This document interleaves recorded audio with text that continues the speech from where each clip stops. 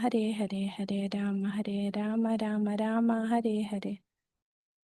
ഹരേ കൃഷ്ണ കൃഷ്ണ കൃഷ്ണ ഹരേ ഹരേ ഹരേ രാമ രാമ ഹരേ ഹരേ.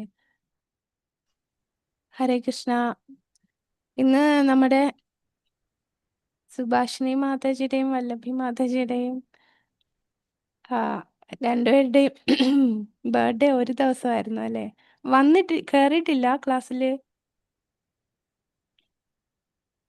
ക്ലാസ്സിലില്ലല്ലേ? Okay. Hare Krishna. നമുക്കപ്പോ അവർക്ക് വേണ്ടി ഇന്നൊരു 3 വട്ടം നാമം ജപിക്കാം. ഹരേ കൃഷ്ണ കൃഷ്ണ കൃഷ്ണ ഹരേ ഹരേ ഹരേ രാമ രാമ രാമ ഹരേ ഹരേ. ഹരേ കൃഷ്ണ കൃഷ്ണ കൃഷ്ണ ഹരേ ഹരേ ഹരേ രാമ രാമ രാമ ഹരേ ഹരേ. ഹരേ കൃഷ്ണ കൃഷ്ണ കൃഷ്ണ ഹരേ ഹരേ ഹരേ രാമ രാമ രാമ ഹരേ ഹരേ. രാമ രാമ ഹരേ ഹരേ. ഹരേ കൃഷ്ണ. ഹരേ ഉജ്ജ്വല കൃഷ്ണ മാതാജി, ഉജ്ജ്വല മാതാജി മോന്റെ നിശ്ചയല്ലേ പറഞ്ഞത്? മകളുടേത്.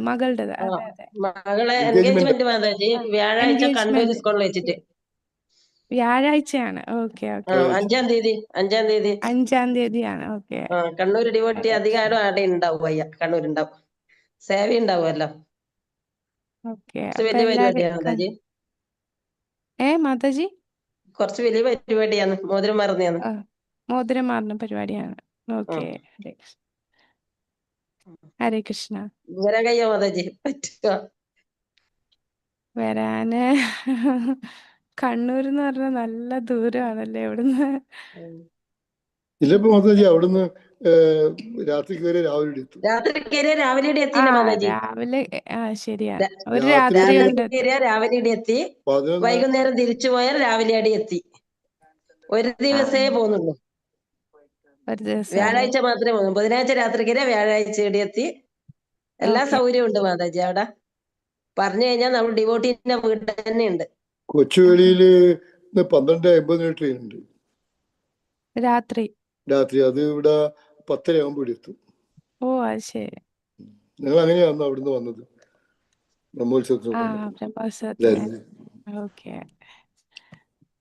കല്യാണം ആകുമ്പോ വരാം മാതാജി. ഇതിപ്പോ കല്യാണം നമ്മുടെ ഗുരുവായൂരാണ്. ഗുരുവായൂരാണ്. അപ്പൊ കുറച്ചുകൂടെ അടുത്താണല്ലോ നമുക്ക്. ഗുരുവായൂർ മാതാജി. അത് എപ്പോഴായിരിക്കും മാതാജി? വിഷുവിനടക്ക് വേണം മാതാജി. ഏപ്രിൽ. ഓക്കെ. അപ്പൊ ഗുരുവായൂരപ്പനെയും കാണാലോ. നമുക്ക് വേറെ ഇസ്കോണിലായിരിക്കും റൂം എടുക്കുക. ഓക്കെ. ഹരേ കൃഷ്ണ. ഹരേ കൃഷ്ണ. അപ്പൊ നമ്മള് ഇന്ന് ഈശോപനിഷത്ത് പുതിയ പുസ്തകം സ്റ്റാർട്ട് ചെയ്യാണ്. ഓം നമോ ഭഗവതേ വാസുദേവായ. ഓം അജ്ഞാനതിമിരാന്ധസ്യ ജ്ഞാനാഞ്ജനശലാകയാ ചക്ഷുരുന്മീലിതം യേന തസ്മൈ ശ്രീ ഗുരുവേ നമഃ. ശ്രീചൈതന്യമനോഭീഷ്ടം സ്ഥാപിതം യേന ഭൂതലേ സ്വയം രൂപാ ഗദാ മഹ്യം ദദാതി സ്വപദാന്തികം. വന്ദേഹം ശ്രീഗുരു ശ്രീയുതപദകമലം ശ്രീഗുരും വൈഷ്ണവാംശ ശ്രീരൂപം സാഗ്രജാതം സഹഗണ രഘുനാഥാനിധം ത്വം സജീവം സാദ്വൈതം സാവധൂതം പരിജനസഹിതം കൃഷ്ണ ചൈതന്യ ദേവം ശ്രീരാധാകൃഷ്ണ പാദാൻ സഹഗണ ലളിതാ ശ്രീവിശാഖാൻവിതാംശ. ഹേ കൃഷ്ണ കരുണാ സിന്ധു ദീനബന്ധോ ജഗത്പദേ ഗോപേശ ഗോപികാകാന്ത രാധാകാന്ത നമോസ്തുതേ. തപ്തകാഞ്ചന ഗൗരാംഗി ശ്രീരാധേ വൃന്ദാവനേശ്വരി വൃഷഭാനുസുതേ ദേവി പ്രണമാമി ഹരിപ്രിയേ. വാഞ്ചാകൽപതരുഭ്യശ്ച കൃപാ സിന്ധുഭ്യ ഏവ ച പതിതാനാം പാവനേഭ്യോ വൈഷ്ണവേഭ്യോ നമോ നമഃ. നമോ വിഷ്ണുപാദായ കൃഷ്ണപ്രേഷ്ഠായ ഭൂതലേ ശ്രീമതേ ഭക്തിവേദാന്ത സ്വാമിനിതി നാമിനെ. നമസ്തേ സരസ്വതേ ദേവേ ഗൗരവാണി പ്രചാരിണേ നിർവിശേഷശൂന്യവാദി പാശ്ചാത്യദേശതാരിണേ. जय श्री कृष्ण चैतन्य प्रभु नित्यानंद श्री अद्वैत गदाधर श्रीवासादि गौर भक्त वृंद हरे कृष्णा कृष्णा कृष्णा हरे हरे हरे राम राम राम हरे हरे हरे कृष्णा कृष्णा कृष्णा हरे हरे हरे राम राम राम हरे हरे हरे कृष्णा कृष्णा कृष्णा हरे हरे हरे राम राम राम हरे हरे ഹരേ കൃഷ്ണ. ശ്രീ ഈശോപനിഷത്ത് ഭക്തിശാസ്ത്രി ക്ലാസ്സിലേക്ക് സ്വാഗതം. ഈശോപനിഷത്ത് നേരത്തെ ക്ലാസ് അറ്റൻഡ് ചെയ്തിട്ടുണ്ടോ ആരെങ്കിലും? ഇതിനു മുമ്പ് പഠിച്ചവരാരെങ്കിലും ഉണ്ടോ അതോ വായിച്ചിട്ട് മാത്രമേ ഉള്ളൂ? സാധാരണ നമ്മളുടെ ഇവിടെ ഇസ്കോൺ മാംഗ്ലൂരിൽ ജോയിൻ ചെയ്യുന്നവർ ആദ്യം ലെവൽ 1 ലെവൽ 2 ലെവൽ 3 ഇവരിതെല്ലാം പഠിക്കുന്നുണ്ട്. പിന്നെ കുറച്ചുകൂടെ ഡെപ്തിൽ ഭക്തിശാസ്ത്രിയിൽ വരുന്നതാണ്. ഓക്കെ, അപ്പൊ ഈശോപനിഷത്ത് എന്ന് പറയുന്ന ഈ പുസ്തകം ശരിക്കും ഉപനിഷത്തുകളൊക്കെ കൂടുതലും മായാവാദികൾ ബ്രഹ്മവാദികളൊക്കെ ഉപയോഗിക്കുന്ന അവര് ഉപനിഷത്തുകളിലെ കോട്ട് വെച്ചിട്ടാണ് ഓരോന്ന് പറയുന്നത്. ഭഗവാന് രൂപമില്ല എന്നും ബ്രഹ്മമാണ് എല്ലാമെന്നും. അപ്പോൾ ശ്രീല പ്രഭുപാദർ ഇവിടെ എന്താ ചെയ്തെന്ന് പറഞ്ഞാൽ ഭക്തിശാസ്ത്രിയിൽ കമ്പൽസറി ആയിട്ട് ശ്രീ ഈശോപനിഷത്ത് നമ്മൾ പഠിക്കാനായിട്ട് ഇൻക്ലൂഡ് ചെയ്തിരിക്കുകയാണ്. കാരണം പ്രഭുപാദർ അവരുടെ കോട്ടയിൽ പോയി അവരുടെ ഏരിയയിൽ പോയി അവരെ ഫൈറ്റ് ചെയ്യാണ്. അതായത് മായാവാദികളുടെ ഒരു ഏരിയ ആണ് ഉപനിഷത്ത്. അതിൻ്റെ അകത്ത് കയറിയിട്ട് അവിടെ അവരുമായിട്ട് യുദ്ധം ചെയ്യുന്ന രീതിയിലാണ്. കാരണം അവർ പറയുന്നത് തെറ്റാണ്, ഭഗവാന് രൂപമുണ്ട് ഓരോ ശ്ലോകത്തിലും. ഈ ശ്ലോകങ്ങളിലെ പ്രത്യേകത ഇവിടെ എങ്ങും കൃഷ്ണ എന്നുള്ള വാക്ക് ഒന്നും ഉപയോഗിക്കില്ല. അപ്പൊ ആ ഓരോ ശ്ലോകത്തിലും ഓരോ ശ്ലോകമല്ല, ഈശോപനിഷത്തിൽ നമ്മൾ മന്ത്ര എന്നാണ് പറയുന്നത്. ഓരോ മന്ത്രങ്ങളാണ്. ഓരോ മന്ത്രത്തിലും ഓരോ വാക്കുകൾ അവര് അവ്യക്തമാണ് എന്ന് പറയുന്നത് അല്ല, അത് ഭഗവാന് രൂപമുണ്ടെന്ന് സ്ഥാപിക്കുകയും പരമദിവ്യോത്തമ പുരുഷനായിട്ടുള്ള ഭഗവാൻ കൃഷ്ണനാണെന്ന് ഈ ഓരോ മന്ത്രത്തിൽ നിന്നും ശ്രീല പ്രഭുപാദർ നമുക്ക് അത് പറഞ്ഞു തരികയാണ്. അപ്പോൾ ഒരു മായാവാദി ആയിട്ട് ശരിക്കും ഈ പുസ്തകത്തിന്റെ അത്യാവശ്യം എന്ന് പറഞ്ഞാൽ നമ്മൾ മായാവാദികളുമായിട്ടുള്ള സംവാദത്തില് നമുക്ക് ഈ പുസ്തകം അറിഞ്ഞിരിക്കണം. അപ്പോൾ പ്രീച്ചിങ് പർപ്പസിനാണ് ഈ പുസ്തകം നമുക്ക് ഇൻക്ലൂഡ് ചെയ്തിരിക്കുന്നത്. രൂപഗോസ്വാമിയുടെ ഭക്തിരസാമൃത സിന്ധു അതുപോലെ ഉപദേശാമൃതമൊക്കെ നമ്മളുടെ പേഴ്സണലായിട്ട് നമ്മൾ ഭക്തിയിൽ ഉയരാൻ വേണ്ടിയാണ്. പക്ഷെ ഈശോപനിഷത്ത് ഇൻക്ലൂഡ് ചെയ്തത് നമുക്ക് പ്രചാരണം ചെയ്യാൻ നേരത്ത്. ഒരു മായാവാദി നമ്മളെ അടുത്ത് എന്തെങ്കിലും ഒരു ചോദ്യം ഇങ്ങോട്ട് ചോദിച്ചാൽ അതിന് തക്കതായിട്ടുള്ള മറുപടി നമുക്ക് പറയാൻ ഉപനിഷത്തുകൾ മനസ്സിലാക്കണം. അതിൽ ഏറ്റവും പ്രാധാന്യമുള്ള ഉപനിഷത്താണ് ഈശോപനിഷത്ത്. അപ്പൊ ഈശോപനിഷത്ത് എന്ന് പറയുന്നത് യജുർവേദത്തിന്റെ ഒരു ഭാഗമാണ് ഈശോപനിഷത്ത്. അപ്പം യജുർവേദത്തിന്റെ അവസാനത്തെ സെക്ഷനിലാണ് ഈശോപനിഷത്ത് വരുന്നത്. കൂടാതെ ഭക്തി വിനോദ് ഠാക്കൂർ അദ്ദേഹം പറഞ്ഞു തരുന്നുണ്ട്, ഇതൊരു പ്രാർത്ഥനയാണ്. ഈശോപനിഷത്തിലെ ഓരോ മന്ത്രങ്ങളും സ്വയംഭുവ മനു യജ്ഞ അവതാരത്തിനോട് പ്രാർത്ഥിക്കുന്ന ഭഗവാന്റെ പല അവതാരങ്ങൾ ശ്രീമദ് ഭാഗവതത്തിൽ വരുന്നുണ്ട്, യജ്ഞ അവതാരം. അപ്പൊ ആ യജ്ഞ അവതാരത്തോട് സ്വയംഭുവ മനു ചെയ്യുന്ന പ്രാർത്ഥനകളാണ് ഈ ഓരോ മന്ത്രങ്ങൾ. അപ്പൊ ഇത് പ്രഭുപാദർ ഒരു പുസ്തകമായിട്ട് എഴുതിയതല്ല, ഓരോ ലേഖനങ്ങളായിട്ട് പലപ്പോഴായിട്ട് എഴുതിയതാണ്. ഈ ലേഖനങ്ങളെ എല്ലാം കൂടെ ക്രോഡീകരിച്ച് ഒരു പുസ്തകമായിട്ട് പിന്നീട് പബ്ലിഷ് ചെയ്തതാണിത്. അപ്പൊ ഇത് വളരെ പ്രധാനപ്പെട്ട ഒരു പുസ്തകമാണ്. മറ്റ് നമ്മളുടെ പൂർവ്വ ആചാര്യന്മാരുടെ പല വ്യാഖ്യാനങ്ങളും ഇതിനകത്ത് കൊടുത്തിട്ടുണ്ട്. അപ്പൊ വേദ എന്ന് പറഞ്ഞാൽ എന്താണ്? വേദം എന്ന് പറഞ്ഞാൽ അറിവ്, അറിവ്, ജ്ഞാനം അല്ലെ? പൂർണ്ണമായ ജ്ഞാനമാണ് വേദങ്ങളിലുള്ളത്. വേദങ്ങളിൽ എല്ലാ ജ്ഞാനമുണ്ട്. പൂർണ്ണമായ ജ്ഞാനം എന്ന് പറഞ്ഞാൽ ഈ ഭൗതിക ലോകത്തിലുള്ള ജ്ഞാനമുണ്ട്, ആത്മീയ ലോകത്തിൽ ഉള്ള ജ്ഞാനമുണ്ട്. അതിനകത്ത് ഇല്ലാത്തതായിട്ട് ഒരു ജ്ഞാനവുമില്ല.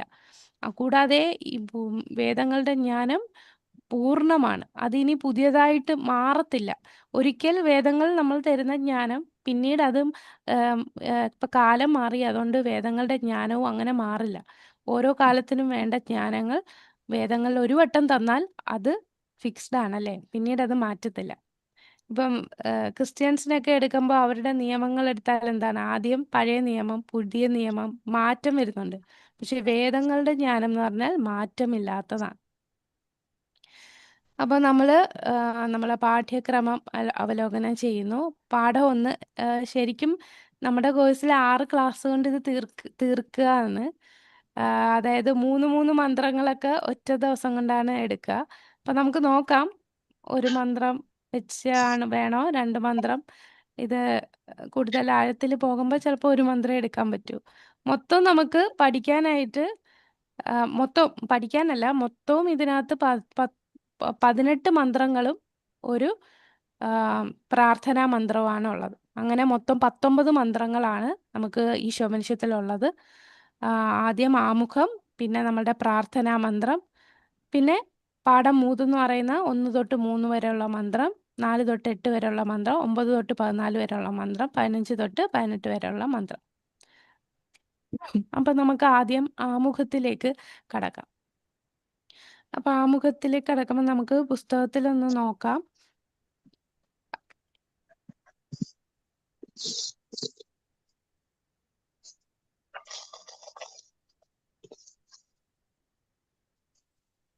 ഇവിടെ അവതാരിക ഇവിടെ തുടങ്ങുന്ന വേദം എന്താണ് എന്നുള്ളതാണ്.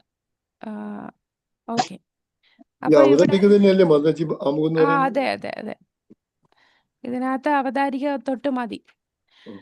അപ്പോൾ ഇവിടെ 1969 ഒക്ടോബർ 6-ാം തീയതി ഇംഗ്ലണ്ടിൽ ലണ്ടനിലെ കോൺവേ ഹാളിൽ ഭാഗവതോത്തമനായ ശ്രീമദ് AC ഭക്തിവേദാന്ത സ്വാമി പ്രഭുപാദർ നടത്തിയ പ്രഭാഷണമാണ്.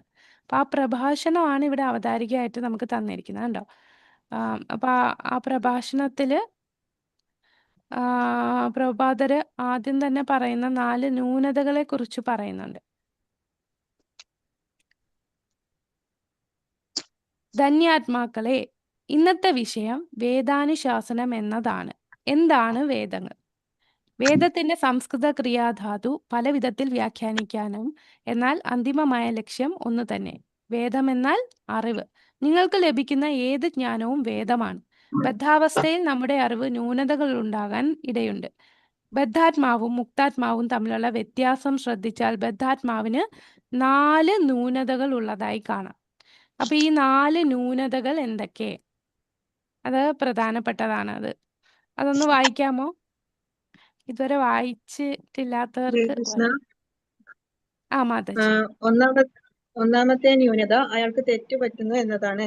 ഉദാഹരണമായി, നമ്മുടെ രാജ്യത്ത് മഹാത്മാഗാന്ധി മഹാനായ ഒരു വ്യക്തിയായി ഗണിക്കപ്പെടുന്നു. പക്ഷേ അദ്ദേഹം പല തെറ്റുകളും ചെയ്തിട്ടുണ്ട്. തന്റെ ജീവിതത്തിന്റെ അവസാന ഘട്ടത്തിൽ സഹായി താക്കീത് ചെയ്തു, ഗാന്ധിജി, അങ്ങ് യോഗത്തിന് പോകരുത്, അപകടമുണ്ടെന്ന് ഞാൻ കേട്ടിരിക്കുന്നു. പക്ഷെ അദ്ദേഹം കേട്ടില്ല, പോകാൻ നിർബന്ധം പിടിച്ചു, വധിക്കപ്പെടുകയും ചെയ്തു. അങ്ങനെ തെറ്റുവരുത്തുന്ന നിരവധി മഹാന്മാരുണ്ട്. മഹാത്മാഗാന്ധി, അമേരിക്കൻ പ്രസിഡന്റ് കെന്നഡി എന്നിവരെ പോലെയുള്ളവർ.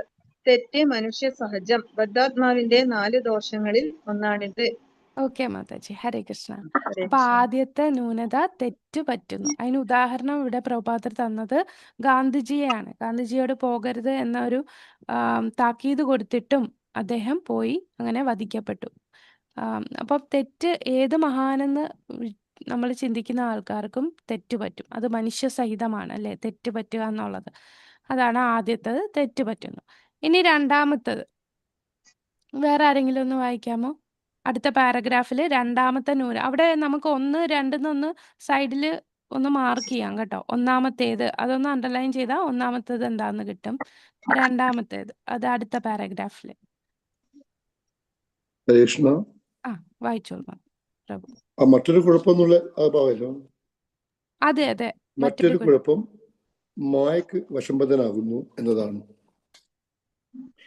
ഇല്ലാത്തത് ഉണ്ടെന്ന് കരുതുന്നതാണ് മായ. മായ എന്നാൽ ഇല്ലാതെ എന്തോ അത്. സകലരും ശരീരത്തെ താനെന്ന് വിശ്വസിക്കുന്നു. നിങ്ങൾ ആരാണെന്ന് ഞാൻ ചോദിച്ചാൽ നിങ്ങൾ പറയുന്നു, ഞാൻ ശ്രീമാൻ ജോൺ ആണെന്ന്, ഞാനൊരു ധനികനാണ്, ഞാൻ അതാണ് ഇതാണ് എന്നൊക്കെ. ഇതൊരു ശാരീരികമായ തിരിച്ചറിയൽ മാത്രമാണ്. പക്ഷേ നിങ്ങൾ ഈ ശരീരമല്ല, ഞാൻ ഈ ശരീരമാണ് എന്ന തോന്നലാണ് മായ. ഹരേ കൃഷ്ണ. അപ്പൊ രണ്ടാമത്തെ ന്യൂനത എന്താണ്? മായയ്ക്ക് വശംവദനാവുക, അല്ലെങ്കിൽ ആ ഇതിൽ ആരുടെ മൈക്ക് ഓണാണ്? ശ്യാംസുന്ദർ പ്രഭു, ലീന മാതാജി. അതെയോ? ശ്യാംസുന്ദർ പ്രഭു ഓഫായില്ലേ? ഓക്കെ. ഹരേ കൃഷ്ണ. അപ്പൊ നമ്മള് രണ്ടാമത്തെ ന്യൂനത എന്ന് പറയുന്നത് മായയ്ക്ക് വശംവദനാവുക, അല്ലെ? മായയ്ക്ക് വശംവദ, മായ എന്നാൽ ഇല്ലാത്തത് എന്തോ അത്. ഇപ്പൊ നമ്മളുടെ ഏറ്റവും വലിയ മായ എന്ന് പറഞ്ഞാൽ എന്താണ്? നമ്മൾ ഈ ശരീരമാണ് എന്നുള്ള തോന്നലാണ് മായ എന്ന് പറയുന്നത്. അത് എല്ലാവർക്കും വരുന്നതാണ്. രണ്ടാമത്തെ മായയ്ക്ക് വശംവദനാകുക. ഒന്നാമത്തത് തെറ്റുപറ്റുക, രണ്ടാമത് മായയ്ക്ക് വശംവദനാകുക. ഇനി മൂന്നാമത്തത് അടുത്ത ആരെങ്കിലും വായിക്കാമോ? മൂന്നാമത്തെ അടുത്ത പാരഗ്രാഫില്. ഹരേ അതെ, കൃഷ്ണ. ഹരേ കൃഷ്ണ. വായിച്ചു മാതാജി. ഭൗതികതയുടെ മൂന്നാമത്തെ ന്യൂനത ചതിക്കാനുള്ള പ്രവണതയാണ്. ഓരോരുത്തർക്കും മറ്റുള്ളവരെ ചതിക്കാനുള്ള പ്രവണതയുണ്ട്. ഒരു വ്യക്തി അങ്ങേയറ്റം മൂഢനായാണെങ്കിലും അതിബുദ്ധിമാനെ പോലെ ഭാവിക്കുന്നു. മുമ്പ് സൂചിപ്പിച്ചതുപോലെ വാദിതനായി തെറ്റ് ചെയ്യുമ്പോഴും അയാൾ അതിനെ ന്യായീകരിച്ചു കൊണ്ടിരിക്കും. തന്റെ സ്വരൂപം എന്തെന്ന് പോലും അയാൾ അറിയുന്നില്ല. എന്നിട്ടും അയാൾ അതിനെക്കുറിച്ച് പുസ്തകങ്ങൾ രചിക്കും. ഇതാണ് മായാമോഹിതരുടെ രോഗം, വഞ്ചനാ പ്രവണതയാണിത്. ഹരേ കൃഷ്ണ. ഹരേ കൃഷ്ണ.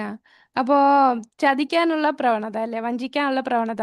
നമ്മൾ വിചാരിക്കും നമ്മൾ വലിയ സത്യസന്ധനാണ്, ഞാൻ ആരെയും ചതിക്കില്ല എന്ന്. പക്ഷെ നമ്മളുടെ അടുത്ത് ആരെങ്കിലും സുഖമാണോ എന്ന് ചോദിച്ചാൽ എത്ര ദുഃഖത്തിൽ ഇരിക്കുവാണെങ്കിലും ആ സുഖം എന്ന് ഇങ്ങനെ പറയും.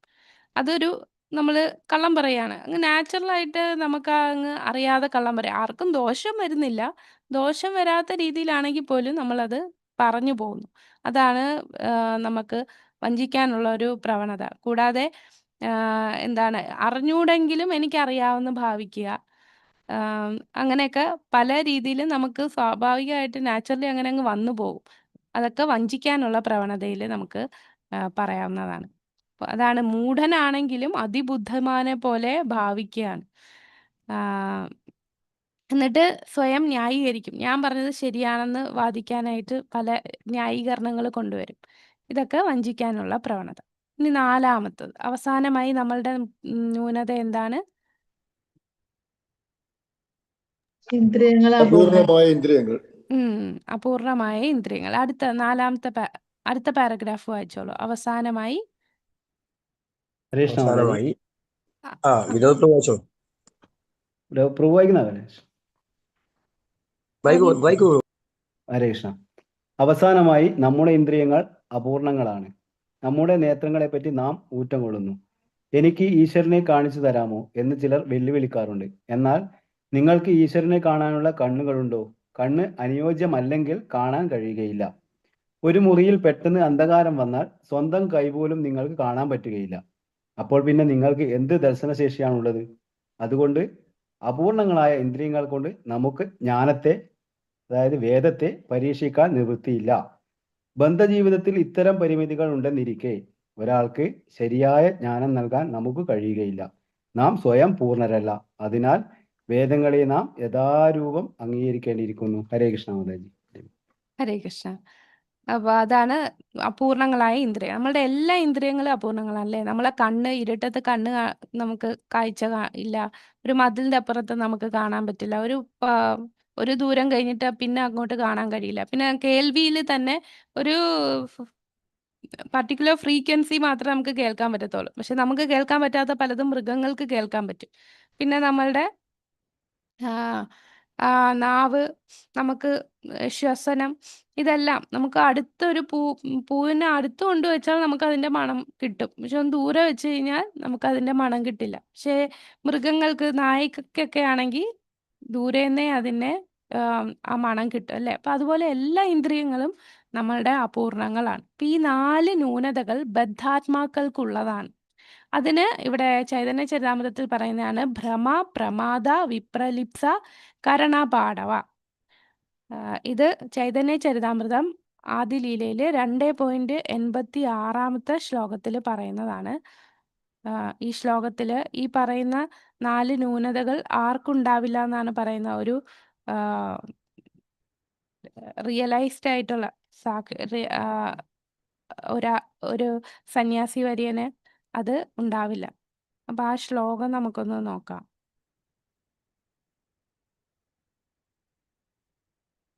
ആധികാരികമായിട്ടുള്ള ഋഷിമാരില് ഇത് കാണില്ല എന്ന് പറയുന്നു. ഈ 4 ന്യൂനതകൾ. ഇതാണ് ചൈതന്യ ചരിതാമൃതത്തിലെ ആ ശ്ലോകം.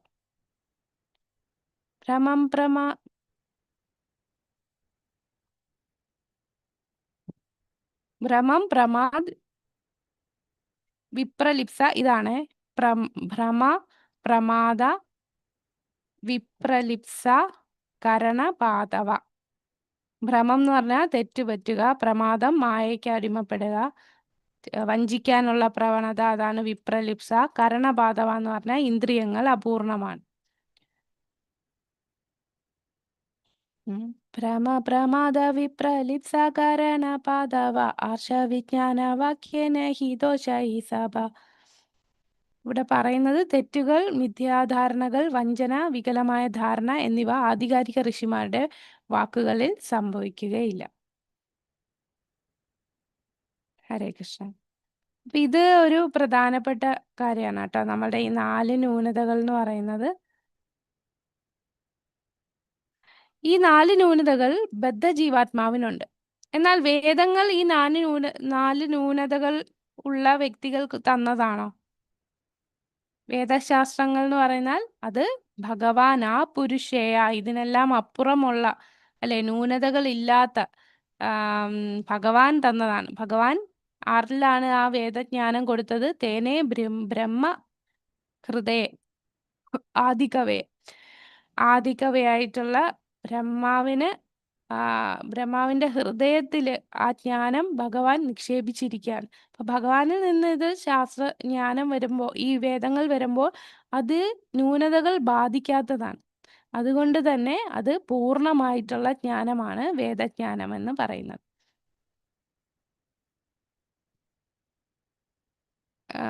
ഇതിലേക്ക് നമുക്ക് വരാം. അപ്പൊ 4 ന്യൂനതകൾ പറഞ്ഞു. ഇതിന് 4 ന്യൂനതകൾക്കുള്ള ഓരോ എക്സാമ്പിൾസ് ആയിട്ട് കൊടുത്തിരിക്കുകയാണ്. ശരിക്കും ഇതൊന്നും അനങ്ങുന്നില്ല, പക്ഷെ ഇത് അനങ്ങുന്നതായിട്ട് തോന്നുന്നുണ്ടോ? നമ്മൾ കണ്ണങ്ങോട്ടും ഇങ്ങോട്ടും മാറ്റുമ്പോൾ കറങ്ങുന്നില്ലേ?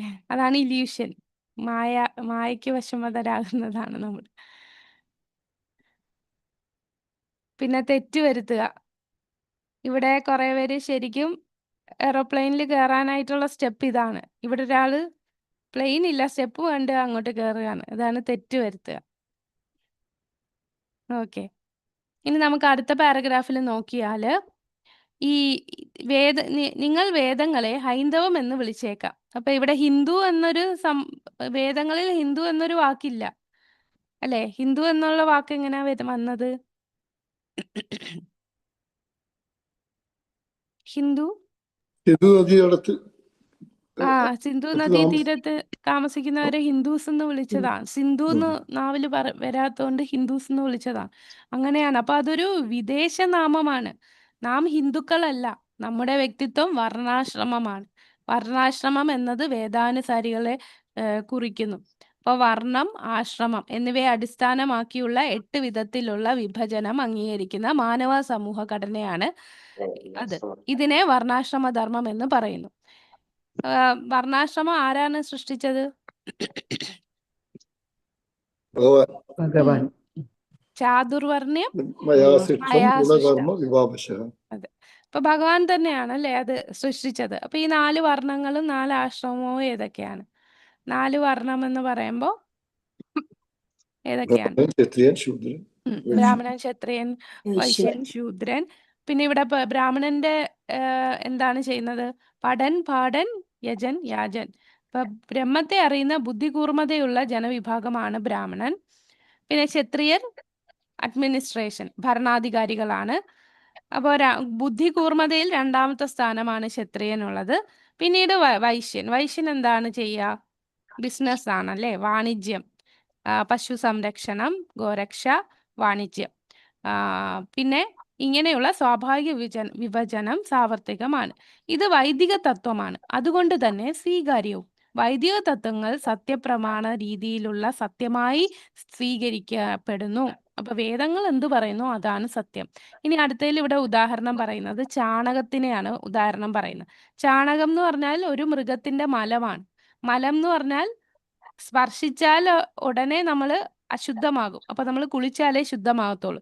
പക്ഷെ ചാണകം പശുവിൽ നിന്ന് വന്നതുകൊണ്ട് ചാണകം എങ്ങനെയാണ്? ചാണകം ശുദ്ധീകരിക്കുകയാണ് ചെയ്യുന്നത്, അല്ലെ? രണ്ടും ഓപ്പോസിറ്റ് അല്ലേ? വെറുതെ മലം എന്ന് പറയുമ്പോൾ അത് നമ്മൾ അശുദ്ധമാക്കും, പക്ഷെ ചാണകം ശുദ്ധീകരിക്കുകയാണ് ചെയ്യുന്നത്. ഇവിടെ പറയുന്നുണ്ട്, ചാണകം ഒരു മൃഗത്തിന്റെ മലമാണ്. ഒരിടത്ത് മലം സ്പർശിച്ചാൽ കുളിച്ച് ശുദ്ധമാകണമെന്ന് വേദം അനുശാസിക്കുന്നു. എന്നാൽ മറ്റൊരിടത്ത് പശുവിന്റെ മലം പരിശുദ്ധമെന്നും പറയുന്നു. അഴുക്ക് പുരണ്ട ഒരു സ്ഥലത്ത് ചാണകം മെഴുകിയാൽ അവിടം ശുദ്ധമായി തീരുന്നു. അപ്പൊ ഇതൊരു പരസ്പര വിരുദ്ധമായിട്ട് തോന്നും, അല്ലേ? ഒരിടത്ത് ഇത് പറയുന്നു, മറ്റൊരിടത്ത് ഇങ്ങനെ പറയുന്നു. അപ്പൊ നമുക്കിത് പരസ്പര വിരുദ്ധമായിട്ട് വാദിക്കാം. സാധാരണ ദൃഷ്ടിയിൽ ഇത് വൈവിധ്യം തോന്നാം, പക്ഷെ ഇത് തെറ്റല്ല, വസ്തുതയാണ്. വേദം എന്തു പറയുന്നോ അതാണ് വാസ്തവം. പിന്നീട് ഒരു ശാസ്ത്രജ്ഞൻ ഈ പശുവിന്റെ ചാണകത്തിന് അണുനശീകരണ ഗുണമുണ്ടെന്ന് തെളിയിക്കുകയും ചെയ്തു. പിന്നീടാണ് അത് കണ്ടുപിടിച്ചത്. അപ്പൊ വേദങ്ങൾ പറഞ്ഞ എന്തെല്ലാം കാര്യമുണ്ട്. പണ്ട് പറഞ്ഞെന്ന് പറഞ്ഞാല് ഭൂമി നമ്മൾ പണ്ട് വിചാരിച്ചിരുന്നത് ഭൂമി പരന്നതാണെന്നാണ്. പക്ഷെ വേദങ്ങളിൽ അന്നേ പറഞ്ഞിട്ടുണ്ട് ഭൂമി ഉരുണ്ടതാണ്. കൂടാതെ പണ്ടുള്ളവര് വിചാരിച്ചിരുന്നത് ഈ സസ്യങ്ങൾക്കൊന്നും ജീവനില്ല എന്നാണ്. വേദങ്ങളിൽ പണ്ടേ പറഞ്ഞിട്ടുണ്ട് സസ്യം. പിന്നീടാണ് ഇതൊക്കെ കണ്ടുപിടിച്ച് വരുന്നത്. കൂടാതെ നമുക്ക് കോസ്മോളജി പ്രകാരം ആരാണ് കറങ്ങുന്നത്? സൂര്യനാണോ ഭൂമിയാണോ? സൂര്യൻ കറങ്ങുന്നുണ്ടല്ലേ. നമ്മള് കൊച്ചിലെ തൊട്ട് സ്കൂളിൽ പഠിക്കുന്നത് സൂര്യൻ ഒരിടത്ത് നിൽക്കും, ഭൂമി മാത്രം ചുറ്റിക്കൊണ്ടിരിക്കും എന്നാണ്. പക്ഷെ വേദങ്ങൾ പറയുന്നത് സൂര്യൻ കറങ്ങിക്കൊണ്ടേയിരിക്കുകയാണ്. അത് ഇപ്പൊ അതിൽ റിസർച്ചിൽ കണ്ടുപിടിച്ചുകൊണ്ടിരിക്കുകയാണ്. അതാണ് നമ്മളെ ഭൗതിക വിജ്ഞാനത്തിന്റെ പ്രശ്നം. പിന്നെ കൂടാതെ ഒരുപാട് യൂണിവേഴ്സ്, ബ്രഹ്മാണ്ടങ്ങൾ അനേകം നമ്മൾ പറയുന്നില്ലേ, ഒരുപാട് യൂണിവേഴ്സ് ഉണ്ടെന്ന് പറഞ്ഞിട്ടുണ്ട്. ഇപ്പോഴാണ് നമ്മൾ മൾട്ടി യൂണിവേഴ്സിന്റെ കാര്യങ്ങളൊക്കെ ഇപ്പോൾ ഓരോ റിസർച്ച് നടക്കുകയാണ്. അപ്പോൾ നമുക്ക് നമ്മളൊരു സാധാരണ മൊബൈൽ ഫോൺ വാങ്ങിച്ചാൽ തന്നെ ആ മൊബൈൽ എന്ന് പറഞ്ഞാൽ കുറച്ച് നാൾ കഴിയുമ്പോൾ അത് ഔട്ട്ഡേറ്റഡ് ആവും. പിന്നെ ആ പുതിയ മോഡൽ ഇറങ്ങുകയാണ്. എന്തുകൊണ്ട് ആദ്യം തന്നെ പെർഫെക്റ്റ് ആയിട്ട് ഇനി ഒരു മോഡൽ ഇറങ്ങാത്ത വിധം ഒരു ഫോൺ ഇതിന് നമുക്ക് തരാൻ പറ്റുന്നില്ല? കാരണം നമ്മൾ 4 ന്യൂനതകളുള്ള, നമുക്ക് ഒന്നും പെർഫെക്റ്റ് ആയിട്ട് കിട്ടത്തില്ല. പക്ഷേ വേദശാസ്ത്രങ്ങൾ എന്ത് പറയുന്നോ അത് പെർഫെക്റ്റ് ആണ്, അതിലൊരു മാറ്റവും വരില്ല. പൂർണ്ണമായിട്ടുള്ള ജ്ഞാനമാണ് വേദങ്ങൾ പറയുന്നത്. ഇന്ത്യയിൽ ഒരാൾ മറ്റൊരാളോട് നീ ഇന്നതുപോലെ ചെയ്യണം എന്ന് പറയുന്നു എന്നിരിക്കട്ടെ, നിങ്ങൾ എന്താണ് അർത്ഥമാക്കുന്നത്? ഇത് വേദങ്ങളിൽ പറഞ്ഞതാണോ? അങ്ങനെയാണെന്നുണ്ടെങ്കിൽ എല്ലാവരും അക്സെപ്റ്റ് ചെയ്യുമായിരുന്നു. വേദത്തിലുള്ളതെന്ന് പറഞ്ഞാൽ അവർക്ക് പിന്നെ മറുചോദ്യമില്ല. അയാൾ തിരിച്ചു ചോദിച്ചേക്കാം, വേദങ്ങളിലുള്ളതാണോ? വേദാനുശാസ്ത്രങ്ങൾ സുഗ്രാഹ്യമാക്കാൻ സാധ്യമല്ല. എന്നാൽ എന്തിനായിട്ടാണ് ഈ വേദാനുശാസ്ത്രങ്ങൾ എന്ന് ശ്രദ്ധാപൂർവം പഠിക്കുകയാണെങ്കിൽ ആത്യന്തികമായി നിങ്ങൾക്ക് മനസ്സിലാകും അവയാണ് ശരിയായത് എന്ന്. മനുഷ്യജ്ഞാനത്തിന്റെ ക്രോഡീകരണമല്ല വേദങ്ങൾ. ഭഗവാൻ കൃഷ്ണനിൽ നിന്നാണ്, ആധ്യാത്മിക ലോകത്തിൽ നിന്നാണ് വൈദിക ജ്ഞാനം ഭവിച്ചത്. വേദങ്ങളുടെ മറ്റൊരു പേര് ശ്രുതി എന്നാണ്. ശ്രുതി എന്നാൽ ശ്രവണത്തിൽ കൂടി കൈവന്ന അറിവ് എന്ന അർത്ഥം. അപ്പൊ ശ്രുതി പ്രമാണമാണ്. ശ്രുതി എന്ന് പറഞ്ഞാൽ ശ്രവണത്തിലൂടെ കേട്ട് അറിഞ്ഞത്. അവ നിരീക്ഷണങ്ങളിലൂടെയുള്ളതല്ല. ശ്രുതിയെ മാതാവിനെ പോലെ ആണ് ഗണിക്കേണ്ടത്. അമ്മയിൽ നിന്ന് നാം അളവറ്റ ജ്ഞാനം കൈവരിക്കുന്നു. ഉദാഹരണത്തിന്, നിങ്ങളുടെ അച്ഛൻ ആരാണ് എന്ന് ചോദിച്ചാൽ എന്ത് പറയും? അച്ഛൻ ആരാണെന്ന് നമുക്ക് ആരടുത്ത് ചോദിച്ചാൽ അറിയാൻ പറ്റും?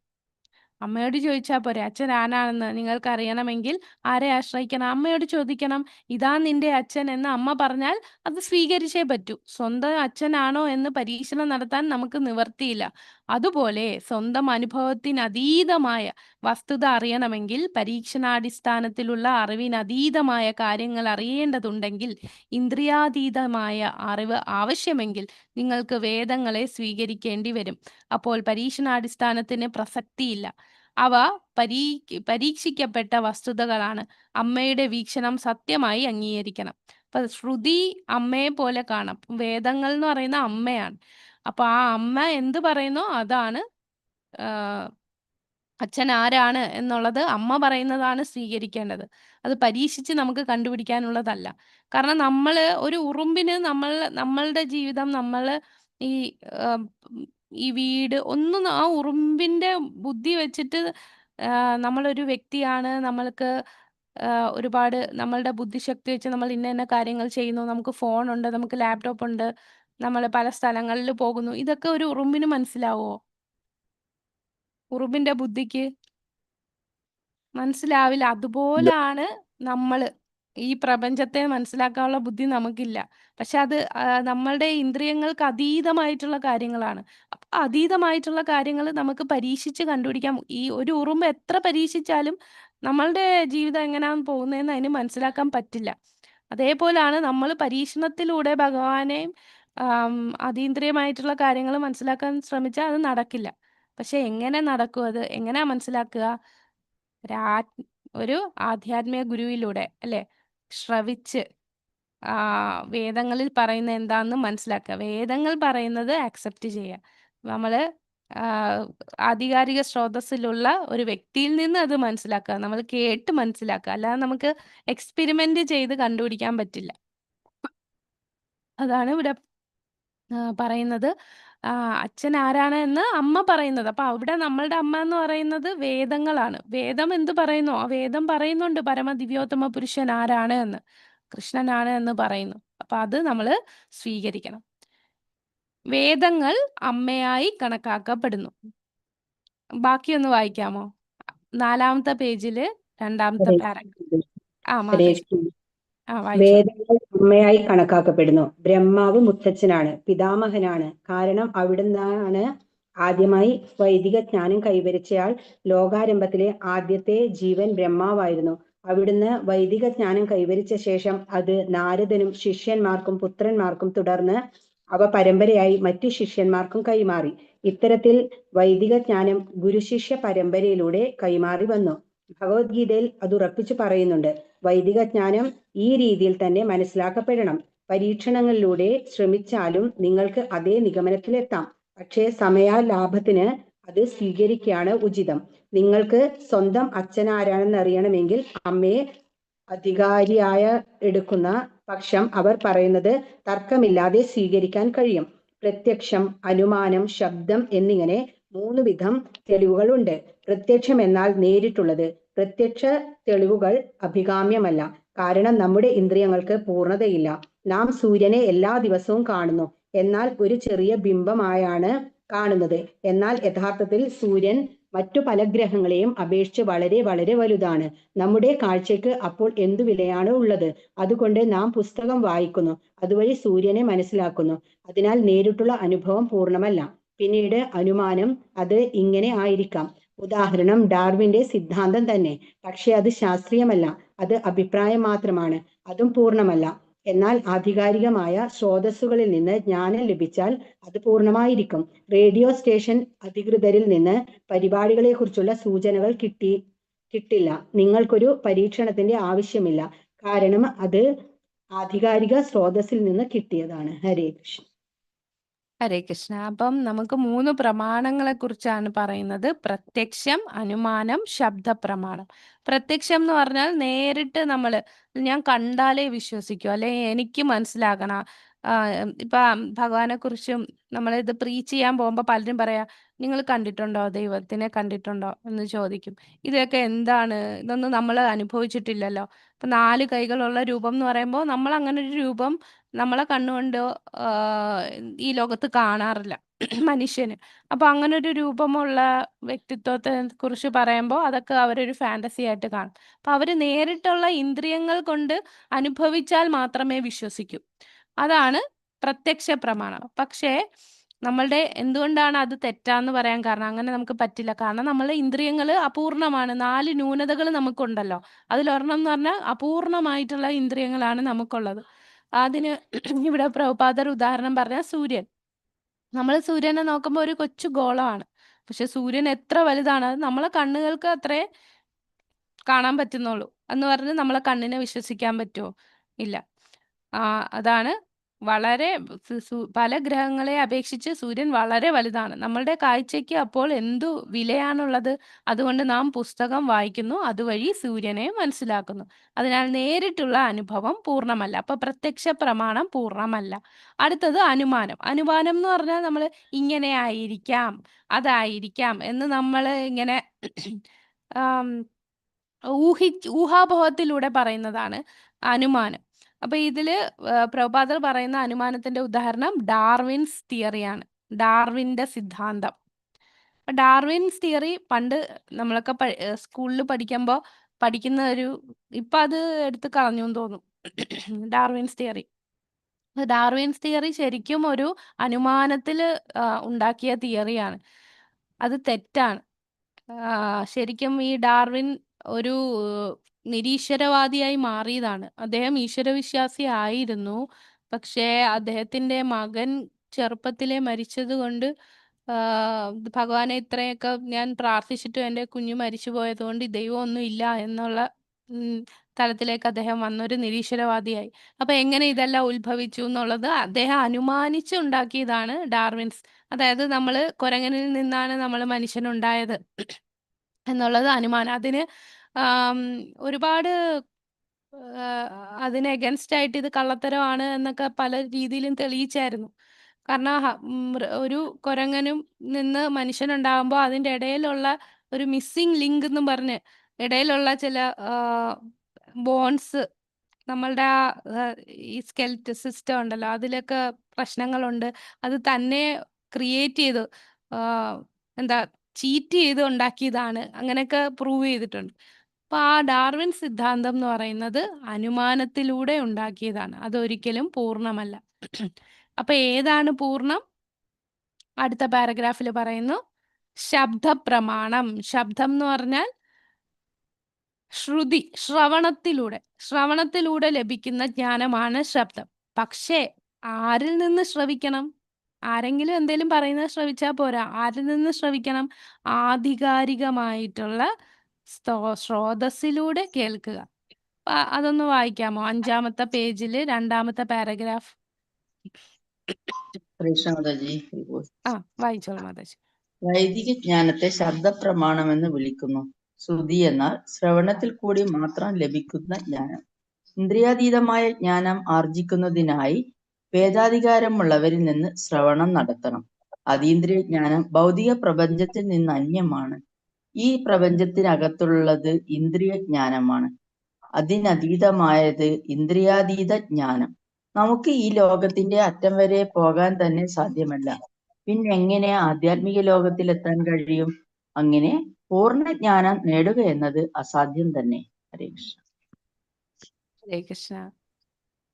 അപ്പൊ വേദങ്ങളുടെ സഹായത്തോടെ മാത്രമേ നമുക്ക് ആത്മീയ കാര്യങ്ങൾ മനസ്സിലാക്കാൻ സാധിക്കുകയുള്ളൂ അല്ലെ? അതുകൊണ്ട് നിങ്ങൾക്ക് വേദങ്ങളുടെ സഹായം അനിവാര്യമാണ്. ഇതാണ് വൈദിക ജ്ഞാനം. നമ്മുടെ കൃഷ്ണാവബോധ പ്രസ്ഥാനത്തിൽ പരമോന്നതാധികാരിയായ കൃഷ്ണനിൽ നിന്ന് ജ്ഞാനം വരിക്കുന്നു. എല്ലാ ശ്രേണിയിലുള്ള ജനങ്ങളും കൃഷ്ണനെ യഥാർത്ഥ അധികാരിയായി കരുതുന്നു. 2 വിഭാഗത്തിലുള്ള അതീന്ദ്രിയവാദികളുണ്ട്. ഇവരിൽ ഒരു വിഭാഗം മായാവാദികൾ അഥവാ നിരാകാരവാദികൾ എന്ന് പറയുന്നു. ശങ്കരാചാര്യരുടെ അനുയായികളായ വേദാന്തികളായാണ് അവർ അറിയപ്പെടുന്നത്. രാമാനുജാചാര്യർ, മധ്വാചാര്യർ, വിഷ്ണുസ്വാമി എന്നിവരെ പോലെയുള്ള വൈഷ്ണവരെന്ന് വിളിക്കപ്പെടുന്നവരാണ് മറ്റേ വിഭാഗം. ശങ്കര സമ്പ്രദായവും വൈഷ്ണവ സമ്പ്രദായവും രണ്ടും കൃഷ്ണനെ പരമദിവ്യോത്തമ പുരുഷനായി അംഗീകരിച്ചിട്ടുണ്ട്. ശങ്കരാചാര്യർ നിരാകാര ബ്രഹ്മവാദിയായി കരുതപ്പെടുന്നു. അദ്ദേഹം നിരാകാര ബ്രഹ്മത്തിന്റെ പ്രചാരകനായിരുന്നു. എന്നാൽ അദ്ദേഹം പ്രച്ഛന്നമായ ഒരു സാകാരവാദിയായിരുന്നു എന്നതാണ് വാസ്തവം അല്ലെ? അദ്ദേഹം ഭഗവത്ഗീത വ്യാഖ്യാനത്തിൽ പറയുന്നുണ്ട്, പരമപുരുഷനായ നാരായണൻ വിശ്വാവിഷ്കാരത്തിന് അതീതമാണെന്ന് പറയുന്നുണ്ട്. പിന്നെന്താണ്? ഏകം ശാസ്ത്രം ദേവകീപുത്രഗീതം ഏകോ ദേവോ ദേവകീപുത്ര ഏവ ഏകോ മന്ത്ര തസ്യ നാമാനിയാനി സർവാപി ഏകം തസ്യ ദേവസ്യ സേവ. അതും ആരാണ് പറഞ്ഞത്? ഗീതാമഹാത്മ്യം ശങ്കരാചാര്യരാണ്. അപ്പൊ ആ പരമദിവ്യോത്തമ പുരുഷനായ നാരായൺ കൃഷ്ണൻ തന്നെയെന്നും അവിടുന്ന് ദേവകിയുടെയും വസുദേവരുടെയും പുത്രനായി അവതരിച്ചിരിക്കുന്നു. അദ്ദേഹം അവിടുത്തെ അച്ഛനമ്മമാരുടെ പേരുകൂടി പ്രത്യേകം എടുത്ത് പറഞ്ഞിരിക്കുന്നു. അതിനാൽ കൃഷ്ണനെ എല്ലാ അതീന്ദ്രിയവാദികളും പരമദിവ്യോത്തമ പുരുഷനായി അംഗീകരിച്ചിരിക്കുന്നു. അതിനെപ്പറ്റി യാതൊരു സംശയവുമില്ല. നമ്മളുടെ കൃഷ്ണാബോധ പ്രസ്ഥാനത്തിലെ ജ്ഞാനസ്രോതസ് കൃഷ്ണൻ നേരിട്ട് അരുളി ചെയ്ത ഭഗവത്ഗീതയാണ്. അതുകൊണ്ട് നാം ഭഗവത്ഗീത യഥാരൂപം പ്രസിദ്ധീകരിക്കാൻ കാരണം യാതൊരു വ്യാഖ്യാനവും കൂടാതെ അവിടുന്ന് പറയുന്നത് അതുപോലെ നാം സ്വീകരിക്കുന്നു. കൃഷ്ണൻ അരുളി ചെയ്യുന്നത് എന്തും നാം അംഗീകരിക്കുന്നു. ഇതാണ് കൃഷ്ണാബോധം. അതാണ് വൈദിക വിജ്ഞാനം, അല്ലെ? വേദജ്ഞാനം ശബ്ദപ്രമാണം എന്ന് പറയുമ്പോൾ നമ്മൾ വേദങ്ങളിൽ പറയുന്ന ആധികാരിക സ്രോതസ്സിലൂടെ മനസ്സിലാക്കുന്നു. അതിന് എതിർ ആയിട്ട് നമ്മളൊന്നും പറയുന്നില്ല. അത് പെർഫെക്റ്റ് ആണ്. അപ്പൊ അത് അതുപോലെ നമ്മൾ സ്വീകരിക്കുന്നു. അപ്പൊ ഭഗവാൻ എന്ത് പറയുന്നോ, ഭഗവത്ഗീതയിൽ പറയുന്നോ, അത് അതുപോലെ നമ്മൾ സ്വീകരിക്കുന്നു. അതാണ് കൃഷ്ണാബോധം. സമയവും ലാഭിക്കുന്നു, അല്ലേ? അതൊരു സമയലാഭമല്ലേ? ഇത് അങ്ങനെയാണോ എന്ന് ശരിയാണോ എന്ന് കണ്ടെത്താൻ നമ്മൾ അന്വേഷിച്ച് ഇതിനകത്ത് സെർച്ച് ചെയ്ത് പോയി നമ്മളുടെ ഈ ഒരു മനുഷ്യജന്മം തന്നെ നമ്മൾ വെറുതെ കളയാണ്. ആ സമയവും ലാഭിക്കും. ശരിയായ ആധികാരിക ജ്ഞാന സ്രോതസ്സിനെ സ്വീകരിക്കുന്നതിനാൽ വളരെയധികം സമയം ലാഭിക്കാം. ഭൗതിക ലോകത്തിൽ 2 വിഭാഗത്തിൽപ്പെട്ട അറിവുണ്ട്: അനുമാനം, നിഗമനം. ഇപ്പൊ 2 വിഭാഗത്തിൽപ്പെട്ട അറിവാണ് അനുമാനം, നിഗമനം. അനുമാന രീതിയിൽ നിങ്ങൾ മനുഷ്യനെ നശ്വരൻ എന്ന് അംഗീകരിക്കുന്നു. നിങ്ങളുടെ അച്ഛൻ പറയുന്നു മനുഷ്യൻ നശ്വരനാണ്. നിങ്ങളുടെ സഹോദരിയും പറയുന്നു മനുഷ്യൻ നശ്വരനാണ്. എല്ലാവരും പറയുന്നു മനുഷ്യൻ മരിക്കുമെന്ന്. എന്നാൽ പരീക്ഷണത്തിന് ഉദ്യമിക്കാതെ തന്നെ മനുഷ്യൻ നശ്വരൻ എന്ന് നിങ്ങൾ വസ്തുതയായി അംഗീകരിക്കുന്നു. മനുഷ്യൻ നശ്വരനാണോ എന്ന് ഗവേഷണം നടത്തണമെന്നുണ്ടെങ്കിൽ നിങ്ങൾക്ക് ഓരോ വ്യക്തിയെ പറ്റിയും പഠിക്കേണ്ടി വരും. മരിക്കാത്ത ചിലരുണ്ടെന്ന് തോന്നിയേക്കാനും ഇടയുണ്ട്. എന്നാൽ അത്തരക്കാരെ നേരിട്ട് കണ്ടില്ലെന്നും ചിന്തിക്കുന്നു. അതിനാൽ നിങ്ങളുടെ ഗവേഷണം ഒരിക്കലും പൂർത്തിയാകുന്നില്ല. സംസ്കൃതത്തിൽ ഇതിനെ ആരോഹണ പ്രക്രിയ എന്ന് പറയുന്നു. സ്വന്തം യത്നത്തിലൂടെ ജ്ഞാനം നേടണമെങ്കിൽ അപൂർണ ഇന്ദ്രിയങ്ങളിലൂടെ ശരിയായ അനുമാനത്തിലെത്താൻ ഒരിക്കലും കഴിയില്ല. അതാ അസാധ്യമാണ്. അപ്പൊ 2 പ്രക്രിയയുണ്ട്: ആരോഹണ പ്രക്രിയയുണ്ട്, അവരോഹണ പ്രക്രിയയുണ്ട്. ആരോഹണ പ്രക്രിയ എന്ന് പറഞ്ഞാൽ നമ്മൾ സ്വന്തമായിട്ട് അന്വേഷിച്ച് കണ്ടെത്തുകയാണ്. അതാ ഇവിടെ പ്രഭുപാദർ ഉദാഹരണം പറഞ്ഞത്. മനുഷ്യൻ എന്തായാലും മരിക്കും. എന്നാൽ ഒരാൾ പറയാണ് ഇല്ല, മനുഷ്യൻ മരിക്കാത്ത ആരെങ്കിലും ഈ ലോകത്തുണ്ടാകും എന്ന് പറഞ്ഞ് ഒരാളിങ്ങനെ അന്വേഷിച്ച് പോവുകയാണ്. അപ്പൊ പറയാം അങ്ങനെ ഒരാളുണ്ട്, ഞാൻ കാണാത്തതാണ്. അങ്ങനെ എത്ര സമയം കളയുകയാണ്. ഒരിക്കലും നമ്മളുടെ ഈ അപൂർണമായിട്ടുള്ള ഇന്ദ്രിയങ്ങളും നമ്മളുടെ ഈ ന്യൂനതകൾ കാരണം നമുക്ക് ഒരിക്കലും ഒരു സൊല്യൂഷനിൽ എത്താൻ സാധിക്കില്ല. അതാണ് ആരോഹണ പ്രക്രിയ. അവരോഹണ പ്രക്രിയ എന്ന് പറഞ്ഞാൽ ആ സ്രോതസ് എന്ത് പറയുന്നോ അത് നമ്മൾ സ്വീകരിച്ചു പോകുന്നതാണ് അവരോഹണ പ്രക്രിയ. അപ്പൊ ഇവിടെ പറയാം, പ്രത്യക്ഷം എന്നാൽ നേരിട്ടുള്ള തെളിവുകൾ ശരിയായിരിക്കണം എന്നില്ല. കാരണം നമ്മളുടെ ഇന്ദ്രിയങ്ങൾ പൂർണ്ണമല്ല. നമ്മൾ ദിവസവും സൂര്യനെ കാണുന്നത് നമ്മൾ പറഞ്ഞു.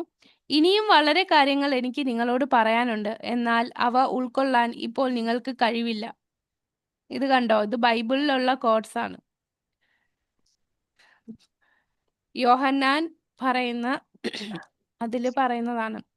ബൈബിളില് എനിക്ക് ഒരുപാട് കാര്യം പറയാനുണ്ട്, നിങ്ങൾ അത് ഉൾക്കൊള്ളാൻ കഴിയില്ല. കാരണം അപൂർണമായ ഇന്ദ്രിയങ്ങളുള്ള ഈ വ്യക്തികൾ അവര് ആ പ്രത്യക്ഷ പ്രമാണത്തിലൂടെ മാത്രമേ സ്വീകരിക്കുകയുള്ളൂ. ആ ശബ്ദ പ്രമാണം അവര് സ്വീകരിക്കാനുള്ള കഴിവിലെത്തിയില്ല. അതുകൊണ്ടാണ് നിങ്ങൾക്കത് ഉൾക്കൊള്ളാനുള്ള കഴിവിലെത്തിയില്ല. അതുകൊണ്ട് എനിക്ക് പറയാൻ സാധിക്കുന്നില്ല. നമ്മുടെ പല ആചാര്യന്മാരും ചൈതന്യ മഹാപ്രഭു അടക്കം അമാനുഷിക നേട്ടങ്ങൾ പ്രദർശിപ്പിക്കുന്നതിനെ പ്രോത്സാഹിപ്പിക്കാത്തതിന്റെ കാരണവും ഇതാണ്. ഏവം പരമ്പരാ പ്രാപ്തം ഇമം രാജർഷയോ വിദു. അങ്ങനെ ശിഷ്യ പരമ്പരയിലൂടെ പകർന്നു കിട്ടിയ ഈ സർവോത്കൃഷ്ടമായ ശാസ്ത്രം രാജർഷികൾ ശരിയായി മനസ്സിലാക്കിയിരുന്നു. ശ്രീല പ്രഭുപാദർക്കും നമ്മുടെ ഗുരു പരമ്പരയ്ക്കും വേണ്ടി ശിക്ഷാഗുരു ആത്മീയ ഉപദേശവും പ്രചോദനവും നൽകുന്നു. ദീക്ഷാഗുരു ആത്മീയ ഉപദേശം, പ്രചോദനം, ഔപചാരിക ദീക്ഷ, ഒരു ആത്മീയ നാമം എന്നിവ നൽകുന്നു. പിന്നീട് അദ്ദേഹം യോഗ്യനായ ഒരു ശിഷ്യന് പവിത്രമായ ഗായത്രി മന്ത്രങ്ങൾ ശ്രീല പ്രഭുപാദർക്കും നമ്മുടെ ഗുരു പരമ്പരയ്ക്കും ഒരു സേവനമായി നൽകുന്നു. അപ്പൊ ഇതാണ് നമ്മൾ ആ ഗുരുശിഷ്യ പരമ്പരയിലൂടെ ആ ശബ്ദ പ്രമാണം നമ്മൾ കിട്ടുന്നത് എങ്ങനെയാണ്? ആദ്യം ശിക്ഷാ ഗുരുവിൽ നിന്ന്, പിന്നെ ആത്മീയ ഗുരുവിന്റെ ഉപദേശം കേൾക്കുന്നു, ആത്മീയ ഗുരു ദീക്ഷ തരുന്നു. അപ്പോൾ നമുക്ക് ദീക്ഷാനാമം നമുക്ക് ജപിക്കാൻ മാല തരുന്നു. അപ്പോൾ പിന്നീട് കുറച്ചുകൂടെ ഉയരുമ്പോൾ രണ്ടാമത്തെ ദീക്ഷ വരുന്നു, അതാണ് ഗായത്രി മന്ത്രങ്ങൾ കൊടുക്കുന്നു. അപ്പം ഇതെല്ലാം പ്രഭുപാദർക്കും ആ ഗുരു പരമ്പരയ്ക്കുള്ള സേവനമായിട്ട് നൽകുന്നതാണ്. ഗുരുവിന്റെ യോഗ്യതകൾ, ആത്മാർത്ഥതയുള്ള ഒരു ഗുരുവിന്റെ യോഗ്യതകൾ. അതുകൊണ്ട് ഒരാൾ സമീപിക്കണം. വേദകൽപ്പനകളിൽ ഇത് അത്യാവശ്യം എന്ന് പറയുന്നു. ഒരു ആത്മീയ ഗുരുവിനെ സമീപിക്കണം. അപ്പൊ ആ ശബ്ദ പ്രമാണം നമ്മൾ എവിടെ കൂടെ കേൾക്കണം? ഒരു ആത്മീയ ഗുരുവിൽ നിന്ന്, ആധികാരിക സ്രോതസ്സിൽ നിന്ന്. അത് വളരെ പ്രധാനമാണ്. അപ്പൊ നമ്മൾ ആത്മീയ ഗുരുവിനെ സമീപിക്കണം. ആത്മീയ ഗുരുവിന്റെ യോഗ്യതകൾ എന്താണ്? ശരിയായ ഉറവിടത്തിൽ നിന്ന് വേദ സന്ദേശം ശ്രവിച്ചയാളും ബ്രഹ്മനിഷ്ഠനും ഈ 2 യോഗ്യതകളും തികഞ്ഞ ആളായിരിക്കണം. ഇപ്പൊ ബ്രഹ്മനിഷ്ഠനായിരിക്കണം. ഈ ആത്മീയ ഗുരുവും ഒരു പരമ്പരയിൽപ്പെട്ട വ്യക്തിയായിരിക്കണം. ശരിയായ ഉറവിടത്തിൽ നിന്ന് ജ്ഞാനം കിട്ടിയ വ്യക്തിയായിരിക്കണം. അല്ലാതെ പെട്ടെന്നൊരു സുപ്രഭാതത്തിൽ യോഗിയായിട്ടുള്ള അല്ലെങ്കിൽ ഒരു ഗുരുവായിട്ടുള്ള വ്യക്തി ആവരുത്. അപ്പൊ ആത്മീയ ഗുരുവിന്റെ ഗുരു ആരാണ് എന്ന് നമ്മൾ മനസ്സിലാക്കണം. അപ്പൊ ആ പരമ്പരയിലുള്ളതാണെങ്കിൽ മാത്രമേ അതൊരു ഗുരു, അദ്ദേഹം ഒരു യോഗ്യനായിട്ടുള്ള ഗുരു ആവുകയുള്ളൂ. കൂടാതെ നിഷ്ഠ, ബ്രഹ്മനിഷ്ഠ, എല്ലാ നിയമങ്ങളെല്ലാം അഭേദത്തിൽ പറഞ്ഞത് അതുപോലെ ജീവിതത്തിൽ പ്രാവർത്തികമാക്കുന്ന വ്യക്തിയായിരിക്കണം. അപ്പൊ ഈ 2 യോഗ്യതകൾ ഉള്ള വ്യക്തിയാണ് ഒരു ഗുരു എന്ന് പറയുന്നത്. ആത്മാർത്ഥതയുള്ള ഒരു ഗുരുവിന്റെ യോഗ്യതകൾ: തത്വിജ്ഞാനാർത്ഥം സഗുരും ഏവാഭിഗച്ഛേത് സമിത് പാണി ശ്രോതീയം ബ്രഹ്മനിഷ്ഠം. ഇതാണ് ഈ ശ്ലോകത്തിലുള്ളതാണ്. ആ ഗുരു എന്തായിരിക്കണം? ആധികാരിക സ്രോതസ്സിലൂടെ, ആ ഉറവിടത്തിലൂടെ സന്ദേശം കിട്ടിയ വ്യക്തിയായിരിക്കണം. കൂടാതെ അദ്ദേഹം ബ്രഹ്മനിഷ്ഠനായിരിക്കണം. അപ്പൊ അദ്ദേഹം ശ്രവിച്ചതും ആധികാരിക സ്രോത, ആ ഗുരു ശിഷ്യ പരമ്പരയിലൂടെ ഉള്ള വ്യക്തിയായിരിക്കണം. ചൈതന്യ മഹാപ്രഭു തന്നെ ഞങ്ങളുടെ സഹകരണം ആഗ്രഹിച്ചു. കൃഷ്ണനാണ് ദൈവം, അതിനാൽ സഹകരണം വളരെ പ്രധാനപ്പെട്ട കാര്യമാണ്. എനിക്ക് വലിയ കഴിവുണ്ട് എന്ന് ആരും കരുതരുത്. ഞാൻ ചെയ്യാം, അല്ല, സഹകരണത്തിലൂടെ നമുക്ക് വലിയ വലിയ കാര്യങ്ങൾ ചെയ്യാൻ കഴിയും. ഞങ്ങൾ ഒറ്റക്കെട്ടായി നിൽക്കുന്നു. വിഭജിക്കപ്പെട്ടാൽ നാം വീണുപോയേക്കും. അതുകൊണ്ട് കൃഷ്ണാബോധത്തെ മുറുകെ പിടിക്കുന്നതിൽ ശക്തരായിരിക്കുക. കൃഷ്ണൻ സഹായിക്കും, അവിടുന്നാണ് ഏറ്റവും ശക്തൻ. എന്നിരുന്നാലും നാം ഒരുമിച്ച് നിൽക്കണം. അപ്പൊ ഇത് രാധാ ദാമോദര സങ്കീർത്തന സംഘവുമായി നടന്ന സംഭാഷണത്തിൽ ശ്രീല പ്രഭുപാദർ പറയുന്നതാണ്. നമ്മൾ ഒറ്റയ്ക്ക് ചെയ്യുന്നതല്ല, ഇത് കൂട്ടായിട്ട് ചെയ്യേണ്ടതാണ്.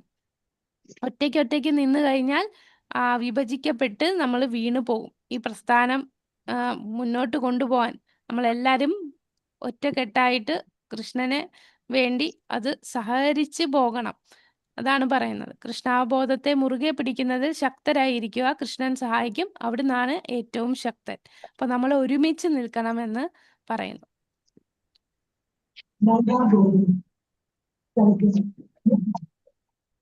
ഓക്കെ. അപ്പം ഗുരുവിനെ സമീപിക്കുന്നതാണ് അടുത്തത് പറയുന്നത്. ബ്രഹ്മസംഹിതയിൽ ഒരു പ്രസ്താവനയുണ്ട്. ബ്രഹ്മസംഹിതയിൽ മനസ്സിന്റെ വേഗത്തിൽ ആ ശ്ലോകത്തിൽ പറയുന്നു, മനസ്സിന്റെ വേഗതയുള്ള ഒരു വിമാനത്തിൽ യാത്ര ചെയ്ത് നോക്കുക. നമ്മുടെ ഭൗതിക വിമാനത്തിന് മണിക്കൂറിൽ 2000 മൈൽ വേഗതയുണ്ട്. പക്ഷെ മനസ്സിന്റെ വേഗതയോ? നിങ്ങൾ സ്വന്തം വീട്ടിലിരുന്ന് 10,000 മൈൽ അകലെയുള്ള ഇന്ത്യയെ പറ്റി പെട്ടെന്ന് ചിന്തിക്കുന്നു. അത് അപ്പോൾ തന്നെ നിങ്ങളുടെ വീട്ടിലെത്തുകയും ചെയ്യും. അല്ലെ? മനസ്സിൽ നമ്മൾ എത്രയോ മൈൽ ദൂരെയുള്ളത് ചിന്തിച്ച് അപ്പം തന്നെ നമ്മളെ മനസ്സിൽ, അപ്പം മനസ്സിന്റെ വേഗതയെക്കുറിച്ച് പറയാൻ, അത് അപ്പോൾ തന്നെ നിങ്ങളുടെ വീട്ടിലെത്തിക്കും. നിങ്ങളുടെ മനസ്സ് അവിടെ എത്തിക്കഴിഞ്ഞു. മനസ്സിന്റെ വേഗത അത്ര അധികമാണ്. അതുകൊണ്ട് പ്രസ്താവിക്കപ്പെടുന്നു, ദശലക്ഷക്കണക്കിന് വർഷങ്ങൾ നിങ്ങൾ ഈ വേഗത സഞ്ചരിച്ചാൽ ആധ്യാത്മിക വിഹായസ് അപരിമിതമാണെന്നറിയും. അങ്ങനെ സമീപിക്കാൻ കൂടി കഴിയില്ല. അതുകൊണ്ട് വൈദിക ശാസനം എന്തെന്നാൽ, ഒരാൾ വിശ്വാസ്യനായ ആധ്യാത്മിക ആചാര്യനെ, ഗുരുവിനെ സമീപിക്കണം. അദ്ദേഹത്തിന്റെ യോഗ്യത എന്തൊക്കെയാണ്? എന്താണ് നമ്മളിപ്പോ പറഞ്ഞ യോഗ്യത? ഒരു ഗുരുവിന്റെ യോഗ്യത എന്താണ്? ആധികാരിക സ്രോതസ്സിൽ നിന്നും ഈ ശാസ്ത്രങ്ങൾ മനസ്സിലാക്കിയിരിക്കുന്ന ആളായിരിക്കണം. കൃഷ്ണഭക്തനായിരിക്കണം. ബ്രഹ്മനിഷ്ഠനായിരിക്കണം അല്ലെ? ഇവിടെ പറയുന്നുണ്ട്, വൈദിക സന്ദേശം ശരിയായ സ്രോതസ്സിൽ നിന്ന് ശരിയായി കേട്ട് പഠിച്ച ആളായിരിക്കണം. അല്ലാത്ത പക്ഷം വിശ്വാസ്യനല്ല. വേണ്ട വിധം ബ്രഹ്മത്തിൽ മനസ്സ് ഉറച്ച ആളായിരിക്കണം. അപ്പൊ ബ്രഹ്മനിഷ്ഠൻ എന്ന് പറയുന്ന അതാണ്, ബ്രഹ്മത്തിൽ മനസ്സുറച്ച ആളായിരിക്കണം. ഇവയാണ് 2 യോഗ്യതകൾ. കൃഷ്ണാബോധ പ്രസ്ഥാനം വൈദിക തത്വങ്ങളിൽ നിന്ന് പൂർണ്ണമായ ആധികാരികത കൈവരിച്ചിട്ടുണ്ട്. ഭഗവത്ഗീതയിൽ കൃഷ്ണൻ എന്ത് പറയുന്നു അതാണ് നമ്മൾ സ്വീകരിക്കുന്നത്, അല്ലെ? അപ്പൊ ബ്രഹ്മസംഹിതയിൽ പറയുന്നു കൃഷ്ണന് അനന്തമായിട്ടുള്ള രൂപങ്ങളുണ്ട് എന്ന് പറയുന്നുണ്ട്. നമ്മളുടെ ശരീരം പോലെ അല്ല ഭഗവാന്റെ രൂപം. ഭഗവാന്റെ രൂപത്തിന് ഒരിക്കലും നാശമില്ല. നമ്മളുടെ ശരീരത്തിന് തുടക്കമുണ്ട്, ഭഗവാന്റെ ശരീരത്തിന് തുടക്കമില്ല. ഭഗവാന്റെ അനന്തമാണ്. ഭഗവാന്റെ രൂപത്തിന് അവസാനമില്ല. ഗോലോക വൃന്ദാവനം എന്ന സ്വധാമത്തിൽ ഇരിക്കുവാണെങ്കിലും എല്ലായിടത്തും വ്യാപിച്ചിരിക്കുന്നു. ആദി പുരുഷനാണ്, പുരാതന പുരുഷനാണ് അദ്ദേഹം. ചിത്രങ്ങളിൽ ഭഗവാൻ കൃഷ്ണൻ 15ഓ 20ഓ വയസ്സുള്ള നവയൗവനയുക്തനായി കാണുന്നു. നിങ്ങൾക്കൊരിക്കലും അതിലൊരു വൃദ്ധനെ ദർശിക്കാൻ കഴിയില്ല. ഭഗവത്ഗീതയിലെ സാരഥിയായ കൃഷ്ണന്റെ ചിത്രം നിങ്ങൾ കണ്ടിരിക്കും. അക്കാലത്ത് കൃഷ്ണന് 100 വയസ്സിൽ കുറയാത്ത പ്രായമുണ്ടായിരുന്നു. അവിടുത്തേക്ക് പ്രപൗത്രന്മാരുടെ ഉണ്ടായിരുന്നു. എന്നാൽ അവിടുന്ന് ഒരു ബാലനെ പോലെ കാണപ്പെട്ടു. കൃഷ്ണൻ ഈശ്വരൻ ഒരിക്കലും വാർദ്ധക്യം പ്രാപിക്കുന്നില്ല. അവിടുത്തെ അപാരമായ കഴിവാണത്. അതുകൊണ്ട് വൈദിക സാഹിത്യം പഠിക്കുന്നതിലൂടെ കൃഷ്ണനെ അന്വേഷിച്ചാൽ വിസ്മയിക്കാനേ ഇടവരൂ. ചിലപ്പോൾ സാധിച്ചു എന്ന് വരാം, എന്നാൽ വളരെ പ്രയാസം തന്നെയാണ്. അതേ അവസരത്തിൽ ശ്രീകൃഷ്ണനെ നിങ്ങൾക്ക് വളരെ എളുപ്പത്തിൽ മനസ്സിലാക്കാൻ ഭക്തന്മാരെ സമീപിക്കുക. അവിടുത്തെ ഭക്തന് കൃഷ്ണനെ നിങ്ങൾക്ക് നൽകാൻ കഴിയും. അയാൾ പറയും, ഇതാ അവിടെയുണ്ട്, കൈക്കൊണ്ടാലും. അതാണ് കൃഷ്ണഭക്തന്റെ വീര്യം. ഇനി നമ്മൾ കാണുന്നത് ആദ്യം ശരിക്കും ദ്വാപരയുഗത്തിന് മുമ്പ്, ദ്വാപരയുഗത്തിന്റെ അവസാനം വരെ ഒരേ ഒരു വേദമേ ഉണ്ടായിരുന്നുള്ളൂ. അതിനുശേഷം ആരാണ് വേദം വിഭജിച്ചത്? വ്യാസദേവൻ. വ്യാസദേവൻ, അല്ലെ? കലിയുഗം തുടങ്ങിയപ്പോൾ കലിയുഗത്തിലുള്ള ആൾക്കാരുടെ സ്വഭാവം സുമന്ദമതയോ മന്ദഭാഗ്യാഹി ഉപദ്രുത, അല്ലെ? മന്ദ എന്ന് പറഞ്ഞാൽ വളരെ മടിയന്മാരാണ്. കൂടാതെ പ്രായണ അല്പായുസുകളാണ്, മടിയന്മാരാണ്. സുമന്ദമതയോ അതായത് വഴിതെറ്റിപ്പോകും. പിന്നെ മന്ദഭാഗ്യ, ഒട്ടും ഭാഗ്യമില്ലാത്തവരാണ്. ഉപദ്രുത, മനസ്സെപ്പോഴും ആങ്സൈറ്റി, ഡിപ്രഷൻ, സ്ട്രെസ് ഇങ്ങനെയുള്ള കാര്യങ്ങളുമായിട്ട് അലട്ടിക്കൊണ്ടിരിക്കുകയാണ്. അങ്ങനെയുള്ള കലിയുഗത്തിലുള്ള പ്രാണികൾക്ക് വേണ്ടിയാണ് വേദവ്യാസൻ എന്ത് ചെയ്തു? 5000 വർഷങ്ങൾക്ക് മുമ്പ് ഈ വേദങ്ങളെ 4ആയിട്ട് വിഭജിച്ചത്. അപ്പൊ തുടക്കത്തിൽ ഒരു വേദമേ ഉണ്ടായിരുന്നുള്ളൂ. അത് വായിക്കേണ്ട ആവശ്യം ഉണ്ടായിരുന്നില്ല. ആധ്യാത്മിക ഗുരുവിൽ നിന്ന് അധരങ്ങളിൽ നിന്ന് ശ്രവിക്കുക മാത്രമേ തന്നെ കാര്യം ഗ്രഹിക്കാൻ കഴിയുന്ന അത്ര ബുദ്ധിയും തീവ്രമായ ഓർമ്മയും ഉണ്ടായിരുന്നു, അല്ലെ? പണ്ടൊക്കെ ബുക്കും പേനയും ഒന്നും വേണ്ട, എല്ലാരും കേട്ടാണ് മനസ്സിലാക്കുന്നത്. ഒരു വട്ടം കേട്ടാ അത് ബുദ്ധിയില് തലയില് അത് ഉറച്ചിരിക്കും. നമ്മൾ എത്ര കേട്ടാലും എത്ര എഴുതിയാലും നമ്മൾ മറന്നു പോകും. അതാണ് കലിയുഗത്തിലുള്ള ജീവാത്മാക്കള്. ഭാവാർത്ഥം മുഴുവൻ അപ്പോൾ തന്നെ ഗ്രഹിച്ചിരിക്കുകയും ചെയ്യും. എന്നാൽ 5000 കൊല്ലങ്ങൾക്ക് മുമ്പ് വ്യാസദേവൻ കലിയുഗത്തിലെ ജനങ്ങൾക്ക് വേണ്ടി വേദം ഗ്രന്ഥരൂപത്തിലാക്കി. കലിയുഗത്തിലെ ജനങ്ങൾ അല്പായുസുക്കൾ, ഓർമ്മശക്തി കുറവ്, ബുദ്ധി കൂർമ്മത ഇല്ലാത്തവരായിരിക്കുമെന്ന് അവിടുന്ന് മനസ്സിലാക്കിയിരുന്നു. അവിടുന്ന് വേദത്തെ ഋഗ്, സാമം, അഥർവം, യജുർ എന്ന് 4ആയി വിഭജിച്ചു. എന്നിട്ട് എന്ത് ചെയ്തു? വിഭജിച്ചിട്ട് ഓരോരോ ശിഷ്യന്മാരെ ഓരോന്ന് ഏൽപ്പിച്ചു, അല്ലെ? അങ്ങനെ ബുദ്ധി കുറഞ്ഞ ജനത്തിനു വേണ്ടി സ്ത്രീ വിഭാഗത്തിലെയും ശൂദ്രവർഗത്തിലെയും ദ്വിജബന്ധു വർഗത്തെയും പരിഗണിച്ചു. ദ്വിജബന്ധു എന്നാൽ എന്താണ്? ദ്വിജബന്ധു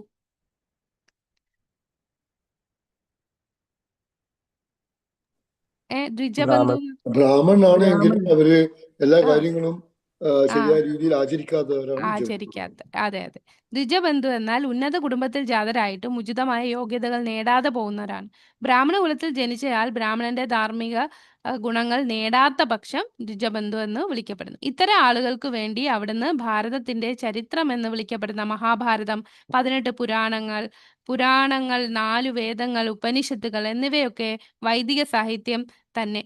തുടർന്ന് വ്യാസദേവൻ വേദാന്ത സൂത്രം എന്നറിയപ്പെടുന്ന കൃതികൾ ജ്ഞാനികൾക്കും ചിന്തകർക്കും വേണ്ടി വൈദിക വിജ്ഞാനത്തെ സംഗ്രഹിച്ചു. തന്റെ ആധ്യാത്മിക ഗുരുവായ ശ്രീ നാരദരുടെ നിർദ്ദേശാനുസരണം വ്യാസദേവൻ വേദാന്ത സൂത്രം രചിച്ചു. അതുകൊണ്ടും അവിടത്തേക്ക് തൃപ്തി കൈവന്നില്ല. അപ്പൊ എന്താണ് എഴുതിയത്? ശ്രീമദ് ഭാഗവതം, അല്ലെ? അതെ. നിരവധി പുരാണങ്ങൾ ഉപനിഷത്തുകൾ രചിച്ചു കഴിഞ്ഞിട്ടും വേദാന്ത സൂത്രം തന്നെ രചിച്ചിട്ടും വേദവ്യാസന് വേണ്ടത്ര സംതൃപ്തി വന്നില്ല. ഈ അവസ്ഥയിൽ നാരദ മഹർഷി നിർദ്ദേശിച്ചു, അങ്ങ് വേദാന്തത്തെ വിപുലീകരിക്കൂ. വേദാന്തം എന്നാൽ പരമമായ ജ്ഞാനം. പരമമായ ജ്ഞാനം എന്നത് കൃഷ്ണൻ തന്നെ. എല്ലാ വേദങ്ങളിലൂടെയും ഒരാൾ അറിയേണ്ടത് കൃഷ്ണനെയാണെന്ന് അവിടുന്ന് പറഞ്ഞു. വേദാന്തകൃത് വേദവിദേവ ചാഹം. കൃഷ്ണൻ പറയുന്നു, വേദമുണ്ടാക്കിയതും വേദങ്ങളെ അറിയുന്നതും ഞാനാണ്. അതുകൊണ്ട് പരമലക്ഷ്യം കൃഷ്ണൻ തന്നെ. വേദാന്ത തത്വചിന്തകരുടെ എല്ലാ വൈഷ്ണവ വ്യാഖ്യാനങ്ങളിലും ഈ വസ്തുത വിശദമാക്കി പെടുന്നുണ്ട്. ഗൗഡീയ വൈഷ്ണവരായ നമ്മുടെക്ക് ബലദേവ വിദ്യാഭൂഷന്റെ ഗോവിന്ദ ഭാഷ്യം എന്ന് വിളിക്കപ്പെടുന്ന വേദാന്ത തത്വശാസ്ത്രത്തിന്റെ തനതായ വ്യാഖ്യാനം നിലവുണ്ട്. അതുപോലെ രാമാനുജാചാര്യർക്കും മധ്വാചാര്യർക്കും അവരവരുടെ വ്യാഖ്യാനമുണ്ട്. എന്നാൽ വേദാന്തത്തിന്റെ ആദ്യ വ്യാഖ്യാനം വൈഷ്ണവരുടേതല്ലായിരുന്നതിനാൽ ശങ്കരാചാര്യരുടേത് മാത്രമാണ് വേദാന്ത വ്യാഖ്യാനം എന്ന് തെറ്റിദ്ധാരണ ജനങ്ങൾക്കിടയിൽ ഉണ്ടായി. അതിനു പുറമെ വ്യാസദേവൻ സ്വയമേവ പൂർണ്ണ വേദാന്ത വ്യാഖ്യാനമായി ശ്രീമദ് ഭാഗവതം രചിച്ചു. ശ്രീമദ് ഭാഗവതം തുടങ്ങുന്നത് തന്നെ എന്താണ് ആ ശ്ലോകം? ശ്രീമദ് ഭാഗവതം തുടങ്ങുന്നത്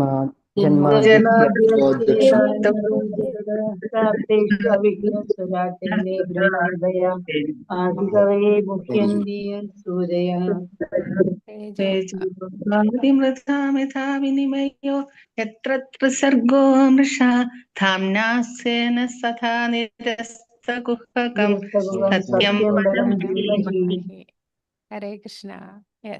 അതെ, അപ്പോ ജന്മാദ്യസ്യ എന്ന പ്രഥമ വേദാന്ത സൂത്രവാക്യം കൊണ്ടാണ് ജന്മാദ്യസ്യ യഥാ എന്ന വാക്യം ഭാഗവതത്തിൽ പൂർണ്ണമായി വ്യാഖ്യാനിക്കപ്പെടുന്നു. എന്താണ് ബ്രഹ്മം അഥവാ നിരപേക്ഷ സത്യമെന്ന് വേദാന്ത സൂത്രം സൂചിപ്പിക്കുന്നു.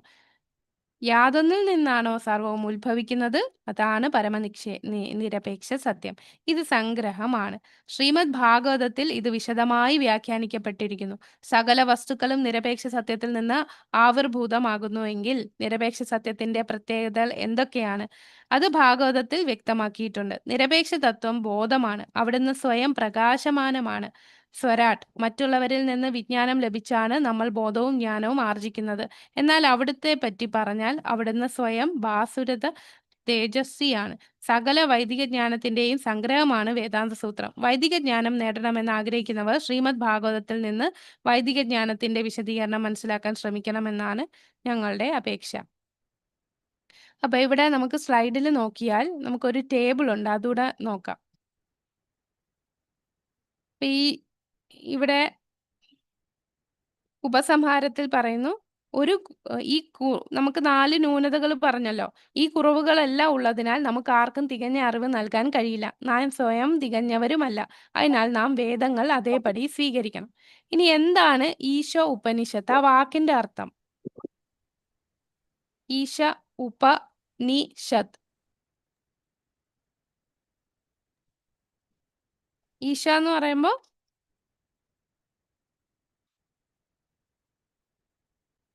ഈശ്വരൻ അല്ലേ?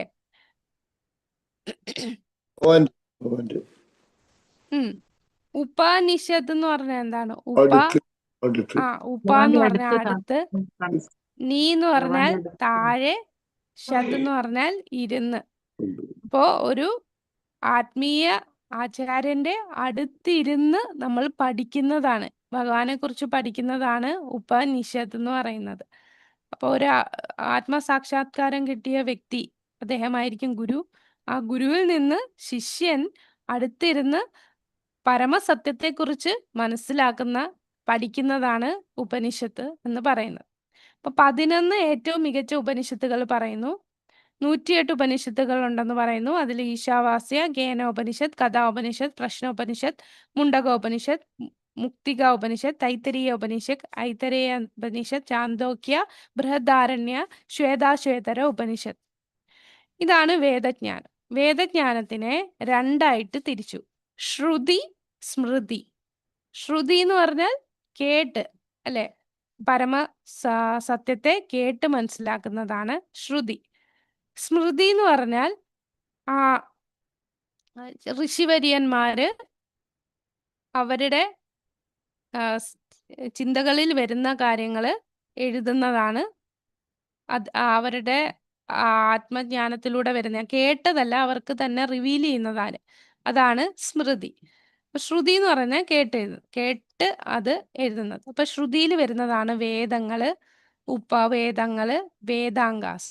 വേദം എന്ന് പറയുമ്പോൾ ഏതൊക്കെയാണ്? നമ്മളുടെ 4 വേദങ്ങൾ: ഋഗ്വേദം, യജുർവേദം, സാമവേദം, അഥർവവേദം. പിന്നെ സംഹിതകളുണ്ട്, ബ്രാഹ്മണാസ് ഉണ്ട്, ആരണ്യകാസ് ഉണ്ട്, ഉപനിഷത്സ് ഉണ്ട്. അപ്പൊ ആ സംഹിത എന്ന് പറയുന്ന മന്ത്രങ്ങളാണ്. ബ്രാഹ്മണാസ് എന്ന് പറയുന്നത് മന്ത്രങ്ങളിലുള്ള ചില ആചാരങ്ങളെ കുറിച്ചുള്ള എക്സ്പ്ലനേഷൻ ആണ്. ആരണ്യക എന്ന് പറഞ്ഞാൽ എന്തായിരിക്കും? ആരണ്യം എന്ന് പറഞ്ഞാൽ കാട്, കാട്. അപ്പൊ കാട്ടിൽ പോയി ഇപ്പൊ വാനപ്രസ്ഥം സ്വീകരിച്ച വ്യക്തി, ആ വ്യക്തി ഉപയോഗിക്കേണ്ട മന്ത്രങ്ങളും അവിടെ ചെയ്യേണ്ട ആചാരങ്ങളും ഒക്കെയാണ്. ഉപനിഷത്ത് ജ്ഞാനകാണ്ഡ, ഒരു ബ്രാഹ്മണന്റെ ചെയ്യേണ്ട തത്വങ്ങളൊക്കെ ഉപനിഷത്തിൽ പറയുന്നു. ഇനി ഉപവേദാസ് ഉണ്ട്. ഉപവേദത്തിലാണ് ധനുർവേദ, ആയുർവേദയൊക്കെ വരുന്നത്.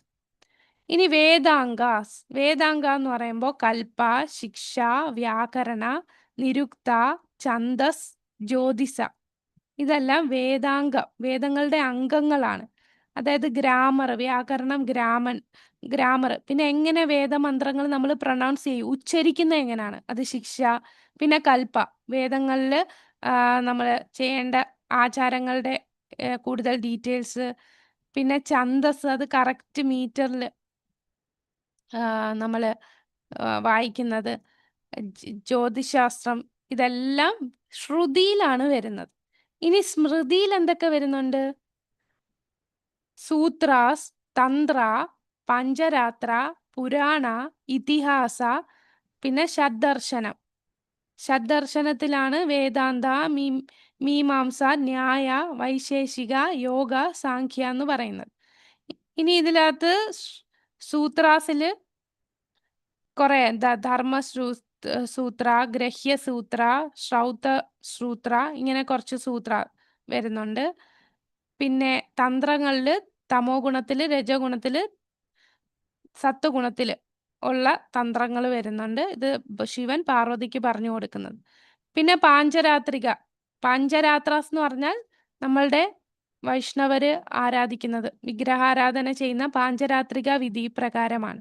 പിന്നെ പുരാണങ്ങൾ എന്ന് പറയുമ്പോൾ 18 പ്രധാനപ്പെട്ടതും അല്ലാത്തതുമായിട്ടുള്ള പുരാണങ്ങൾ വരുന്നുണ്ട്. ഇതിഹാസ. ഓക്കെ, അപ്പൊ ഞാൻ ചോദിക്കട്ടെ, നമ്മുടെ ശ്രീമദ് ഭാഗവതം എന്ന് പറയുന്നത് ശ്രുതിയാണോ സ്മൃതിയാണോ?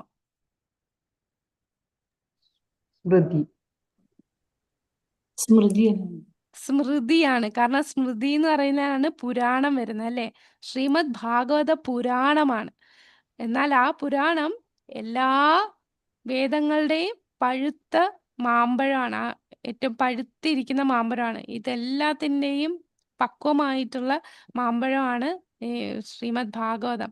ഇനി മഹാഭാരതം, രാമായണം, ഇതൊക്കെ ശ്രുതിയാണോ സ്മൃതിയാണോ? സ്മൃതിയാണ്. കാരണം അത് ഇതിഹാസമാണ്, അല്ലേ? രാമായണ, മഹാഭാരതം. അപ്പൊ ഭഗവത്ഗീത ശ്രുതിയാണോ സ്മൃതിയാണോ? ശ്രുതി.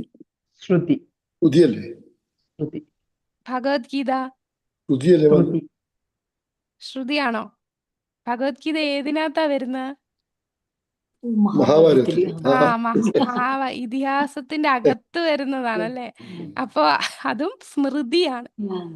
ഉപനിഷത്താണ് ഈ 4 വേദങ്ങൾ: ഋഗ്വേദ, യജുർവേദ, സാമവേദ, അഥർവേദ, ഉപനിഷത്ത്, ഇതെല്ലാമാണ് ശ്രുതിയിൽ വരിക. ഇതിഹാസം, പുരാണം എല്ലാം സ്മൃതിയിലാണ് വരിക. വേദാന്ത സൂത്രം ന്യായപ്രസ്ഥാനമെന്നും ഉപനിഷത്തുക്കൾ ശ്രുതി പ്രസ്ഥാനമെന്നും ഗീത, മഹാഭാരതം, പുരാണങ്ങൾ എന്നിവ സ്മൃതി പ്രസ്ഥാനമെന്നും അറിയപ്പെടുന്നു. അപ്പൊ നമ്മളുടെ ഭഗവത്ഗീത, മഹാഭാരതം, പുരാണമൊക്കെ ഏതാണ്? സ്മൃതിയാണ്, ഇതിഹാസത്തിൽ വരുന്നുണ്ട്. അതേസമയം ഉപനിഷത്ത് എന്ന് പറയുന്നത് നമ്മളുടെ എല്ലാ ഈ 108 ഉപനിഷത്ത് എന്ന് പറഞ്ഞില്ല, അതൊക്കെ ശ്രുതി പ്രസ്ഥാനമാണ്. വേദാന്ത സൂത്രം, വേദാന്തം ഒക്കെ ഇതിലാണ് വരുന്നത്. വേദാന്ത എന്ന് പറയുന്നത് ഷഡ്ദർശനം, അത് സ്മൃതിയിലാണ് വരുന്നത്. മായാവാദി തത്വചിന്തകൾ ന്യായപ്രസ്ഥാന, ശ്രുതി പ്രസ്ഥാന എന്നിവ മാത്രമേ അംഗീകരിക്കുന്നുള്ളൂ. സ്മൃതി പ്രസ്ഥാന നിരാകരിക്കുന്നു. അപ്പൊ മായാവാദികള് ഈ സ്മൃതി സ്വീകരിക്കണില്ല. അവര് ഈ ശ്രുതി മാത്രമേ അവരെടുക്കുന്നുള്ളൂ. അതുകൊണ്ടാണ് അവര് പുരാണങ്ങൾക്ക് പ്രാധാന്യം കൊടുക്കണില്ല, മഹാഭാരത ഇതിഹാസം, ഭഗവത്ഗീതയ്ക്കൊന്നും പ്രാധാന്യം കൊടുക്കുന്നില്ല. മായാവാദികൾ മൊത്തവും ഈ ഋഗ്വേദം, യജുർവേദം, സാമവേദം, അഥർവവേദം, ഉപനിഷത്തുകൾ, ഈ പറയുന്ന സംഹിതാസ്, അതിലൊക്കെയാണ് പ്രാധാന്യം കൊടുക്കുന്നത്. മായാവാദി തത്വചിന്തകൾ ന്യായപ്രസ്ഥാനം, ശ്രുതി പ്രസ്ഥാനം എന്നിവ മാത്രമേ അംഗീകരിക്കുന്നുള്ളൂ. സ്മൃതി പ്രസ്ഥാനം നിരാകരിക്കുന്നു. ഏതെങ്കിലും ഒരു വിഷയത്തിൽ വാദപ്രതിവാദങ്ങൾ ഉണ്ടാകുമ്പോഴെല്ലാം ഈ ഉപനിഷത്തുകളിൽ നിന്ന് പരാമർശനം നടത്തേണ്ടതുണ്ട്. ഉപനിഷത്തുകളിൽ നിന്നാണ് പരാമർശിക്കാൻ കഴിയുമെങ്കിൽ അദ്ദേഹത്തിന്റെ വാദം വളരെ ശക്തമാണ്.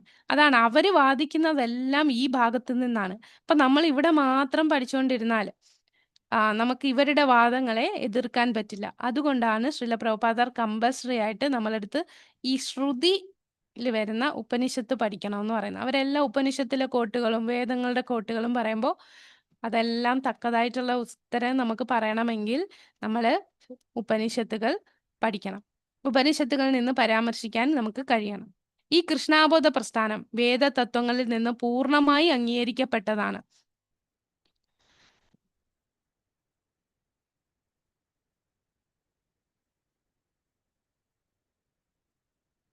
യഥാർത്ഥത്തിൽ വേദവിജ്ഞാനം പിന്തുടരുന്നവരോട് ശ്രീമദ് ഭാഗവതത്തിൽ നിന്നും ഭഗവത്ഗീതയിൽ നിന്നുമുള്ള എല്ലാ വേദവിജ്ഞാനത്തിന്റെയും വിശദീകരണം മനസ്സിലാക്കാൻ ശ്രമിക്കണമെന്ന് ഞങ്ങൾ ഒടുവിൽ അഭ്യർത്ഥിക്കുന്നു. അപ്പൊ ഈ മായാവാദികളൊക്കെ ഈ വേദങ്ങളും ഇതൊക്കെ പറയുമ്പോൾ അവരോട് പറയണം, ഇത് പഠിക്കൂ, അല്ലേ? ഭഗവത്ഗീത ഭഗവാന്റെ ഗീതമാണ്. ശ്രീമദ് ഭാഗവത പുരാണം എല്ലാ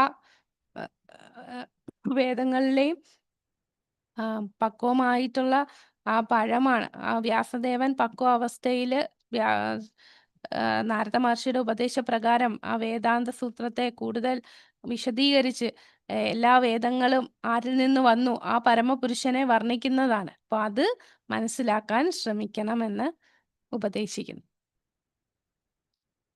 ഹരേ കൃഷ്ണ. അപ്പൊ ഇതാണ് നമ്മളുടെ ഇൻട്രൊഡക്ഷൻ ഭാഗത്തുനിന്ന് കുറച്ച് ക്വസ്റ്റ്യൻസ് കാണും. ഞാൻ ഇന്ന് ക്വസ്റ്റ്യൻ ഇടാം. ശ്ലോകങ്ങൾ എത്രണ്ണം പഠിക്കണം എന്നുള്ളത് എനിക്ക് ഉറപ്പില്ല. ഞാൻ അതും അന്വേഷിച്ചിട്ട് നാളത്തെ ക്ലാസ്സിൽ പറയാട്ടോ. ശ്ലോകമല്ല, മന്ത്രം. നമ്മൾ ഇവിടെ പറയുന്ന എല്ലാം മന്ത്രങ്ങളാണ്. പക്ഷെ ഇത് എളുപ്പമാണ്. എനിക്ക് തോന്നുന്നു എല്ലാവർക്കും അറിയാവുന്ന മന്ത്രങ്ങളാണ്. ആദ്യത്തെ 1, 2, 3 മന്ത്രങ്ങൾ മാത്രമേ ഉള്ളൂ. ഉപദേശാമൃതത്തിലെ 4 ശ്ലോകങ്ങളും ആദ്യത്തെ 4 ശ്ലോകങ്ങളും ഇതില് 2, 3 മന്ത്രമാണ്. അത് കൺഫേം ചെയ്തിട്ട് നാളെ പറയാം കേട്ടോ. ഹരേ കൃഷ്ണ. ഇത് കുറച്ച് ഡ്രൈ സബ്ജക്റ്റ് ആണ്, മൊത്തം ഫിലോസഫിയാണ് പറയുന്നത്. മറ്റേത് പറയുന്ന പോലെ ആ ഒരു രസം, രുചി നമുക്ക് തോന്നാൻ ഇച്ചിരി പാടാണ്. ഈ ഈശോപനിഷത്തില് നമ്മൾ ആ അബ്സല്യൂട്ട് ട്രൂത്തിനെ കുറിച്ച് ഇങ്ങനെ പറഞ്ഞുകൊണ്ടിരിക്കുകയാണ്. പക്ഷെ ഭക്തി രസാമൃത സിന്ധു എന്ന് പറയുമ്പോൾ അവിടെയൊക്കെ നമുക്ക് ആ ഒരു രസമുണ്ട്. നമുക്ക് ഭക്തിയിൽ എങ്ങനെ ഇമ്പ്രൂവ് ചെയ്യാം, നമുക്ക് സ്വയം എങ്ങനെ മുന്നോട്ട് പോകാം, പേഴ്സണലായിട്ട് ഇമ്പ്രൂവ്മെന്റിന്റെ കാര്യമൊക്കെ പറയുന്നുണ്ട്. അത് നമുക്ക് റിലേറ്റ് ചെയ്യാൻ പറ്റും. ഇത് മൊത്തം തത്വങ്ങളാണ് ഇതില് ഈ ഒരു പുസ്തകത്തിൽ പറയുന്നത്. ഹരേ കൃഷ്ണ മാതാജി. ഹരേ കൃഷ്ണ. നേരത്തെ നമ്മൾ പറഞ്ഞില്ലേ, നമ്മുടെ സ്തുതി പ്രമാണം സ്വീകരിക്കണം എന്ന് പറഞ്ഞില്ലേ? ആ, ഇവിടേക്ക് വരുമ്പോൾ നമ്മൾ എന്തോ നമ്മൾ പറഞ്ഞ ശ്രുതി പ്രമാണം, അതായത് ആ നമ്മള് ഗുരുവിൽ നിന്ന് കേട്ടിട്ട് ആ രീതിയാ പിന്തുടരേണ്ടതെന്ന് പറഞ്ഞു. ഇവിടെ വരുമ്പോൾ വേദിക് നോളജിന്റെ വരുമ്പോ സ്മൃതി അല്ല, ശ്രുതി എന്ന് അവിടെ പറഞ്ഞാലും വേദത്തിന്റെ 2 വിഭാഗങ്ങളാണല്ലോ. വേദം എന്നുള്ളതിന് കോമൺ ആയിട്ട് ശ്രുതി എന്ന് പറഞ്ഞതാണ് അവിടെ. ശ്രുതിയെ അമ്മയായിട്ട്, വേദമാണ് അമ്മ. വേദമാണ്, വേദത്തിന്റെ 2 വിഭാഗങ്ങളാണ്. അപ്പൊ നമ്മൾ ഇതെല്ലാം ആധികാരികമാണ്, ഇതെല്ലാം നമ്മൾ അറിഞ്ഞിരിക്കണം എന്നാണ്. പക്ഷെ ഈ മായാവാദികൾ ഇത് മാത്രമേ ഫോക്കസ് ചെയ്യത്തുള്ളൂ. അവര് സ്മൃതിയിലോട്ട് കേറത്തില്ല. ഇതിന്റെ വിഭജനങ്ങൾ പറയുന്നേ ഉള്ളൂ. ആ ഭാഗത്ത് ശ്രുതി എന്ന് പറഞ്ഞാൽ കോമൺ ആയിട്ട് വേദം എന്ന് തന്നെയാണ് കേട്ടോ. ഈ സ്പെസിഫിക് ശ്രുതിയെ അല്ല പറയുന്നത്. ഓക്കെ. ഹരേ കൃഷ്ണ.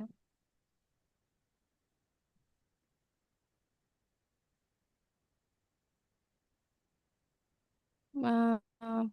പ്രഭു നമ്മള് അന്ന് പറഞ്ഞ പ്രഭു കറക്ഷൻ പറഞ്ഞു. കറക്ഷൻ. ഓക്കെ. അതെ, നമ്മൾ അന്ന് ഹരേകൃഷ്ണ ഭക്തന്മാര് നമ്മൾ അന്ന് പറഞ്ഞിട്ടുണ്ടായിരുന്നില്ലേ, ഒരു കഥ പറഞ്ഞില്ലേ?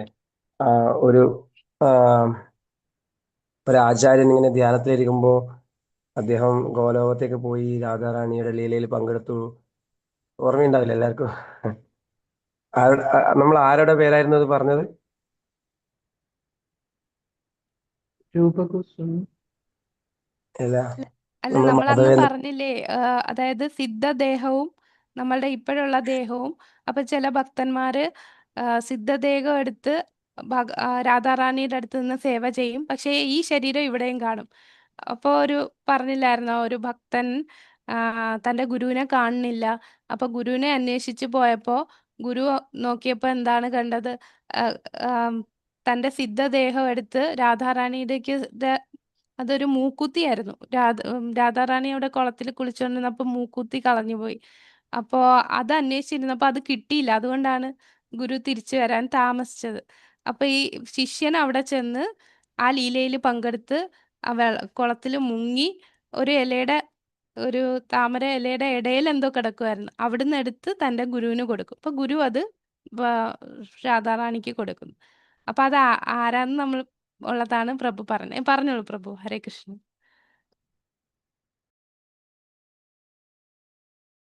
മാധവേന്ദ്രനെ പറഞ്ഞത് അത് നമ്മൾ അന്ന് പറഞ്ഞത് മാധവേന്ദ്രപുരി ആയിരുന്നു. പക്ഷെ സത്യത്തിൽ മാധവേന്ദ്രപുരി അല്ല, അത് ശ്രീനിവാസ ആചാര്യരായിരുന്നു. പിന്നീട് മനസ്സിലായി അദ്ദേഹത്തിന്റെ ശിഷ്യൻ രാമചന്ദ്ര കവിരാജി ഗോസ്വാമി അതായിരുന്നു. ഞാനത് മുന്നേ എഴുതി വെച്ചതായിരുന്നു, പക്ഷെ പെട്ടെന്ന് ഓർമ്മ കിട്ടില്ല. മാതാവ് ക്ഷമിക്കണം.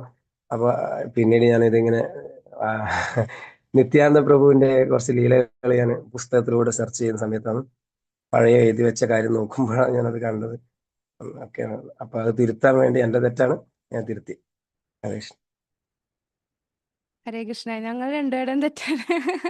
പ്രഭു എനിക്കും അത് ഓർമ്മ വന്നില്ല, പേര് ഓർമ്മയില്ലായിരുന്നു. അപ്പൊ താങ്ക് യു പ്രഭു. അപ്പൊ അതൊന്ന് കറക്റ്റ് ചെയ്യാനായിട്ട് പ്രഭു എനിക്ക് മെസ്സേജ് അയച്ചു. ഞാൻ പറഞ്ഞു പ്രഭു തന്നെ പറഞ്ഞു. ഇത് നമ്മളെ ശ്രീനിവാസാചാര്യയും രാമചന്ദ്ര കവരായ. നമ്മള് നരോത്തം ദാസ് താക്കൂറിന്റെ ഒരു കവിതയിൽ പറയില്ലേ, അത് ഇന്നലെ ഞാൻ രാമചന്ദ്ര സംഗമ. നരോത്തമ. ഉം. അതിൽ ആ രാമചന്ദ്ര എന്ന് പറയുന്നതാണ് ഈ ശിഷ്യൻ, അതെ, ശ്രീനിവാസാചാര്യൻ. അതെ. ഹരേ കൃഷ്ണ.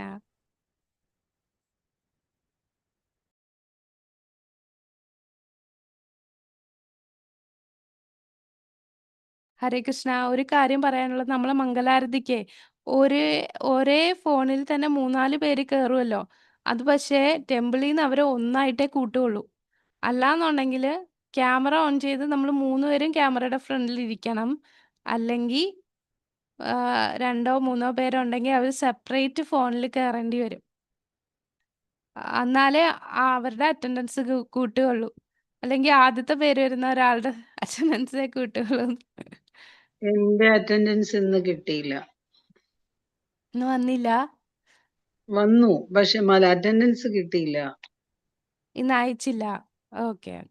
അല്ല, ഞാൻ ഓക്കെ കേറി, നേരത്തെ കേറി, കുഴപ്പമില്ലായിരുന്നു മാതാജിയുടെ പേര് മാതാജി. പക്ഷെ വന്നില്ല അല്ലേ? എന്റെ പേര് അതില് വന്നില്ല. ഓക്കെ. എന്റെ വന്നില്ല മാതാജി, നേരത്തെ കേറിയിരുന്നു. അതെയോ? MAL അടിച്ചിട്ടുണ്ടായിരുന്നല്ലേ? ML അടിച്ചിട്ടുണ്ടായിരുന്നു, പക്ഷെ ML ബ്രാക്കറ്റിന്റെ അകത്തായിരുന്നത് കൊണ്ടാണ് ഞാൻ ചോദിച്ചപ്പോ ഇങ്ങനെ മണിവിഷ്ടിത് മാതാജി പറഞ്ഞു ബ്രാക്കറ്റിനകത്ത് ഉണ്ടാ. പക്ഷെ ആദ്യം എല്ലാരും ബ്രാക്കറ്റിനകത്താണ് ML അടിച്ചിരുന്നത്. അപ്പൊ ഞാനും അതേപോലെയാണ് അടിച്ചു വെച്ചത്. പക്ഷെ ഓക്കെ, എനിക്ക് കുഴപ്പമില്ല വന്നില്ല. മാതാജി. എല്ലാ ദിവസവും അല്ലാത്ത ദിവസമൊക്കെ ഉണ്ടല്ലോ. ഇന്ന് വന്നില്ല എന്ന് പറഞ്ഞു ഇല്ല വിഷമിക്കേണ്ട. മാതാജി, നമ്മള് കഷ്ടപ്പെട്ട് കേറിയിട്ടേ ഇല്ലെന്ന് പറയുന്നത് ഇല്ല, വിഷമമില്ല. അങ്ങനെ ചിന്തിക്കണ്ട. ഭഗവാൻ നമ്മളെ കാണുന്നുണ്ടല്ലോ. ഭഗവാന്റെ മുമ്പിൽ നമ്മൾ പ്രസന്റ് ആണ്. ഇതൊക്കെ ഓരോ ഡോക്യുമെന്റേഷന് വേണ്ടിയുള്ള ഇതാണ്. അതായത് നമ്മുടെ നാമനിഷ്ഠദാസ് പ്രഭു പറയുന്നത്, സാധന, സേവ, സാധ്യായ, ഈ 3 ഉണ്ടെങ്കിലേ സർട്ടിഫിക്കറ്റ് കൊടുക്കും. അപ്പൊ നമ്മൾ ശാസ്ത്രം പഠിക്കണം, സാധന കറക്റ്റ് ആയിരിക്കണം, സേവ ചെയ്യണം, അങ്ങനെ സർട്ടിഫിക്കറ്റ് ഇഷ്യൂ ചെയ്യുള്ളൂ. അങ്ങനെ പറഞ്ഞതുകൊണ്ടാണ് ഈ സാധന എല്ലാവരും ചെയ്യുന്നുണ്ടോ എന്ന്. ഈ ക്ലാസ്സിലുള്ളതിൽ അത്ര ബുദ്ധിമുട്ടില്ല, പക്ഷെ മറ്റ് ക്ലാസ്സിലുള്ളവരെന്ന് പറഞ്ഞാൽ അവരൊക്കെ പുതിയതാണ്, 1 വർഷം പോലും ആയിട്ടില്ലാത്തവരാണ്. അപ്പൊ അവരൊക്കെ ഭക്തിശാസ്ത്രി ചെയ്യുമ്പോൾ ബുദ്ധിമുട്ടാണ് അവർക്ക് കറക്റ്റായിട്ട് വരാം. അപ്പൊ ഇങ്ങനെ ഒരു പുഷ് ഉണ്ടെങ്കിലേ അവർക്ക് വരുത്തുള്ളൂ, അറ്റൻഡൻസ് എടുക്കും എന്നൊക്കെ ഉള്ള പേടി കൊണ്ട് അവർ കയറും അല്ലേ. നമ്മൾ ആ വൈദ്യസാധന എന്ന് പറഞ്ഞാൽ നിർബന്ധിച്ചാലേ നമ്മൾ കയറത്തുള്ളൂ, നമുക്ക് സ്വയം തോന്നി കയറുന്ന ലെവലിലായിട്ടില്ലല്ലോ. അപ്പൊ അതുകൊണ്ടാണ് ഇങ്ങനെ ഒരു സ്ട്രിക്റ്റ് ആയിട്ട് പിടിച്ചിരിക്കുന്നത്. ഓക്കെ മാതാജി. അപ്പൊ ഓക്കെ നമുക്ക് ഹരേ കൃഷ്ണ. നാളെ നമ്മൾ ആദ്യത്തെ ധ്യാനമന്ത്രത്തിലേക്ക് കടക്കാം കേട്ടോ. ഹരേ കൃഷ്ണ. ഓക്കെ ഹരേ കൃഷ്ണ. ഹരേ കൃഷ്ണ. ഹരേ ഹരേ കൃഷ്ണ പ്രഭു. Thank you. മധുജി, പിന്നെ ഗീത, ഭഗവത്ഗീത സ്മൃതിയിൽ, അതായത് സ്മൃതിയാണെങ്കിലും ശങ്കരാചാര്യർ അതിന് ഗീതോപനിഷത്ത് എന്ന് പറയുന്നത് അത് ആക്ച്വലി സ്മൃതിയാണെങ്കിൽ സ്മൃതിക്കുള്ളിലുള്ളൊരു ശ്രുതിയാണെന്നുള്ള ഒരു, അതുകൊണ്ട് ഗീതോപനിഷത്ത് എന്ന് പറയുന്നുള്ള ഉപനിഷത്ത് എന്ന് പറയുന്നു. അതെ അതെ, ശ്രുതിക്കുള്ളിലെ സ്മൃതിയാന്ന് ഇങ്ങനെ പറയുന്നുണ്ട്.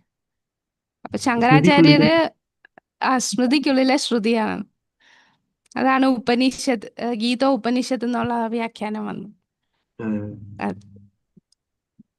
അതേപോലെ മധുജി വേറൊന്ന്, പിന്നെ ഭൂമി ഉരുണ്ടതാണെന്ന് പറയുന്നില്ലേ, പക്ഷെങ്കില് ഭൂമണ്ഡലം പരന്നതല്ലേ? ഭൂമണ്ഡലം പരന്നതാണ്. അതെ, ഭൂമണ്ഡലം പരന്നതാണ്. ആ ഭൂമണ്ഡലത്തിൽ തന്നെ അനേകം ഗ്രഹങ്ങളുണ്ട്. അതില് അല്ലെ, ഭൂമണ്ഡലത്തില് ദ്വീപുകളുണ്ട്. ആ ഓരോ ദ്വീപിലും കുറെ ഗ്രഹങ്ങളുണ്ട്. ആ ഗ്രഹത്തില് നമ്മളെ ഭൂമി വരുന്നുണ്ട്, അങ്ങനെ പറയാം.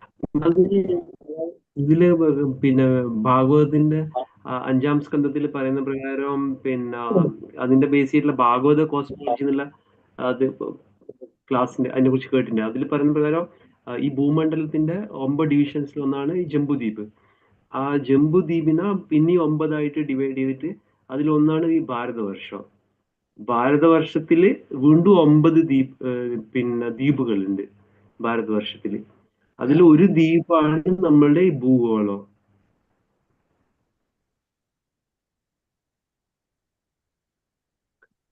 അങ്ങനെ പറയുന്നുണ്ട് മതി. ഹരേ കൃഷ്ണ.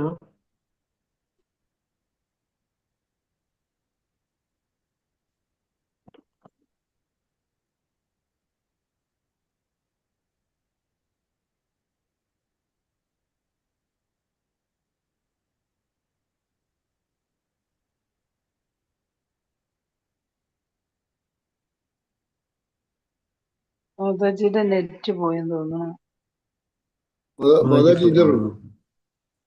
മാതാജിയുടെ നെറ്റ് പോയെന്ന് തോന്നുന്നു. പോയി.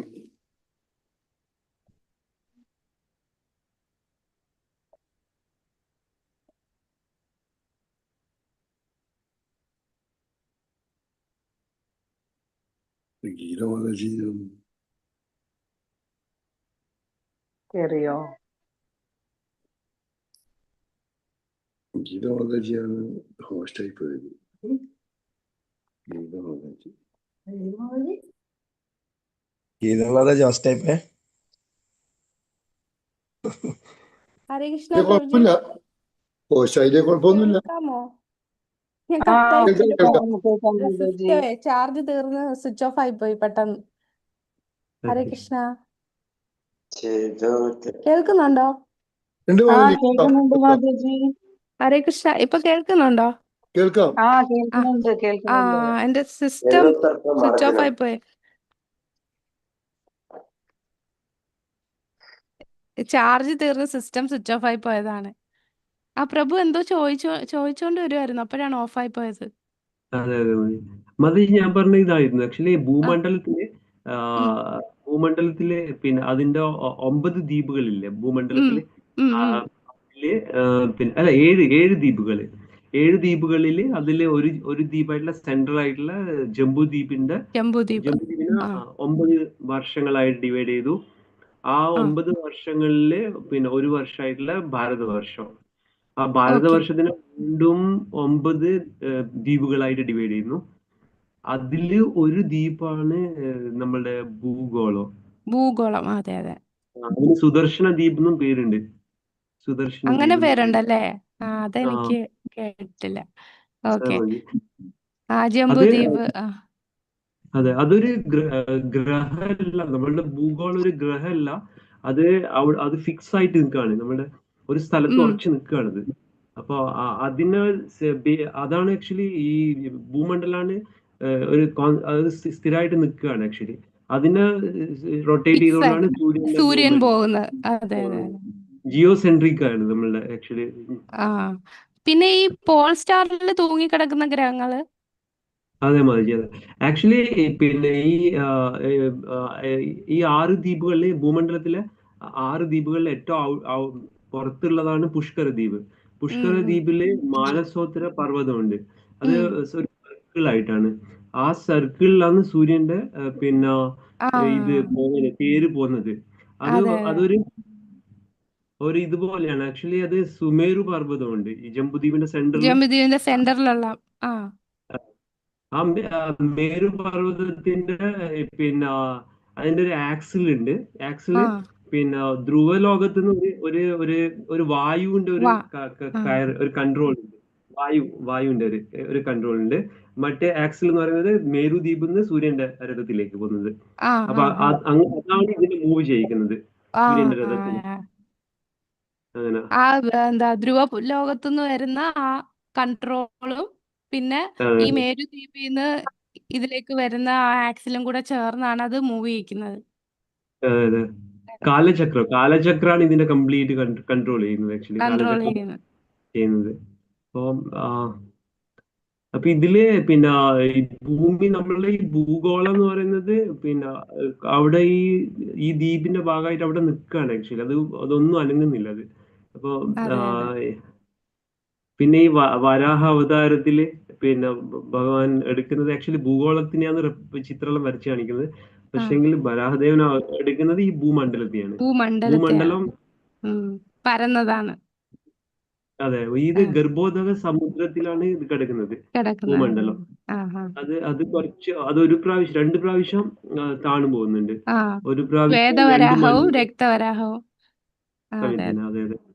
അപ്പൊ വരാഹദേവൻ വന്നിട്ട് അതിനെ ഗർഭോദ സമുദ്രത്തിൽ നിന്ന് പൊന്തിച്ചിട്ട് ആ ശേഷന്റെ അനന്തശേഷന്റെ തലയിലാണ് ഇത് പ്ലേസ് ചെയ്യുന്ന. ആ അവിടെ സ്റ്റെബിലൈസ് അവിടെ വെക്കും. അങ്ങനെ ആ രീതിയിൽ. Okay. Hare Krishna. Thank you പ്രഭു. ഒരുപാട് ഇൻഫർമേഷൻ കിട്ടി ഇതിൽ നിന്ന്. ജസ്റ്റ് മാതാജിനെ അത് അറിയേണ്ടി ചോദിച്ചാൽ മതി. അതെ, കാരണം ഇങ്ങനെ നമ്മള് പിന്നെ പല ചിത്രങ്ങളിലും കണ്ടിട്ടുണ്ട്. ഈ വരാഹദേവന്റെ ഇതില് ആ ഭൂഗോളം അതൊരു പല പറയുന്നുണ്ട് ഒരു സംശയമായിട്ട്, ഇത് ഭൂഗോളമാണോ ഇതാണോ പരന്നതല്ലേ എന്ന് അതെ പറയുന്നുണ്ട്. അതെ. നമ്മളെ ഇപ്പോൾ ഉള്ളൊരു ഈ ഇപ്പൊ ഇവിടെ ഇത് നടക്കുന്നില്ലേ, ഏതാ? കുംഭമേള നടക്കുന്നില്ല. ആ കുംഭമേള നടക്കുന്നില്ല. അവിടെ ഈ പിന്നെ ഒരു മേരു സ്തംഭം ഇല്ലേ, അവിടെ രഥത്തില് ആ മേരു സ്തംഭത്തെ ഞാൻ ഇങ്ങനെ അപ്പൊ ഈ കേട്ടതേ ഉള്ളൂ, എനിക്ക് അതിനെക്കുറിച്ച് കൂടുതൽ അറിയില്ല. അപ്പൊ അത് അത് നമ്മൾ ഈ ഭൂമണ്ഡലത്തിന്റെ ഇതാണ് ആക്ച്വലി മേരുസ്തംഭം എന്ന് പറയുന്നത്. അതിന്റെ ആ അതിന്റെ ഭൂമണ്ഡലത്തിലെ ആ പല 6 ദ്വീപുകള്, അതിന്റെ വർഷങ്ങള്, മേരു പർവ്വതം, ഇതൊക്കെ കൂടിച്ചേർന്ന ഇതാണ് ഭൂമണ്ഡലമാണ് ഈ മേരുസ്തംഭം എന്ന് പറയുന്നത്. അതാണോ അവിടെ കുംഭമേളയിൽ അതിനെ റെപ്ലിക്കായിട്ട് വെച്ചിരിക്കുന്നതാണോ? പക്ഷെ അത് എനിക്ക് എല്ലാവർക്കും അറിയുന്നില്ല മേരുസ്തംഭം എന്ന് പറഞ്ഞിട്ട് വെക്കുന്ന. പക്ഷെ ആക്ച്വലി ഇത് ഈ ഭൂമണ്ഡലമാണ് ഇത്. ഭൂമണ്ഡലമാണ് ഉദ്ദേശിക്കുന്നത്. അതെ അതെ. ഭാഗവത കോസ്മോളജി എന്ന് പറഞ്ഞൊരു ബുക്ക് കോസ്മോളജി എൻ്റെ കയ്യിലുണ്ട് ബുക്ക്. അതെ അതിനകത്ത് എല്ലാം ഡീറ്റെയിൽ ആയിട്ട് കൊടുത്തിട്ടുണ്ട്. ഓരോന്നും പിക്ചർ തന്നെ വെച്ചിട്ട് പറയുന്നുണ്ട്. ശില വിശ്വനാഥ് ചക്രവർത്തി ഠാക്കൂറിന്റെ ഇതിനെ ബേസ് ചെയ്തിട്ടാണ് അതിൽ പറയുന്നത് കൂടുതൽ ഡീറ്റെയിൽ ആയിട്ട്. ഹരേ കൃഷ്ണ. കുറച്ച് കോംപ്ലിക്കേറ്റഡ് ടോപ്പിക് ആണത് അല്ലേ? അത് ഇൻട്രസ്റ്റിംഗ് മനസ്സിലാക്കാൻ. ആണ്. അതെ. ആ ഇൻട്രസ്റ്റിംഗ് ആണ്. ജോഗ്രഫിക്കൽ ഇത് അതെ. പഠിക്കുമ്പോ അത് ഇൻട്രസ്റ്റിംഗ് ആയിട്ട് തോന്നും. അതെ. പിന്നെ അതില് വേറെയും ഉണ്ട്, നക്ഷത്രങ്ങളുടെ മൂവ്മെന്റ്സ് ഉം. പിന്നെ എല്ലാം ഉണ്ട്. അതെ. ആ. ഹരേ കൃഷ്ണ. ഹരേ കൃഷ്ണ, ഹരേ കൃഷ്ണ. താങ്ക് യു പ്രഭു. ഹരേ കൃഷ്ണ. അപ്പൊ നമുക്ക് ഇവിടെ നിർത്താം. വാഞ്ചാകൽപതരുഭ്യസ്യ കൃപാ സിന്ധുഭ്യഃ ച പതിതാനാം പാവനേഭ്യോ വൈഷ്ണവേഭ്യോ നമോ നമഃ. അനന്ത കോടി വൈഷ്ണവ് വൃന്ദ की जय, श्रील प्रभुपाद की जय, गुरु महाराज की जय, गौर प्रेमानंदे हरि हरि बोल. हरे कृष्ण. മാതാജി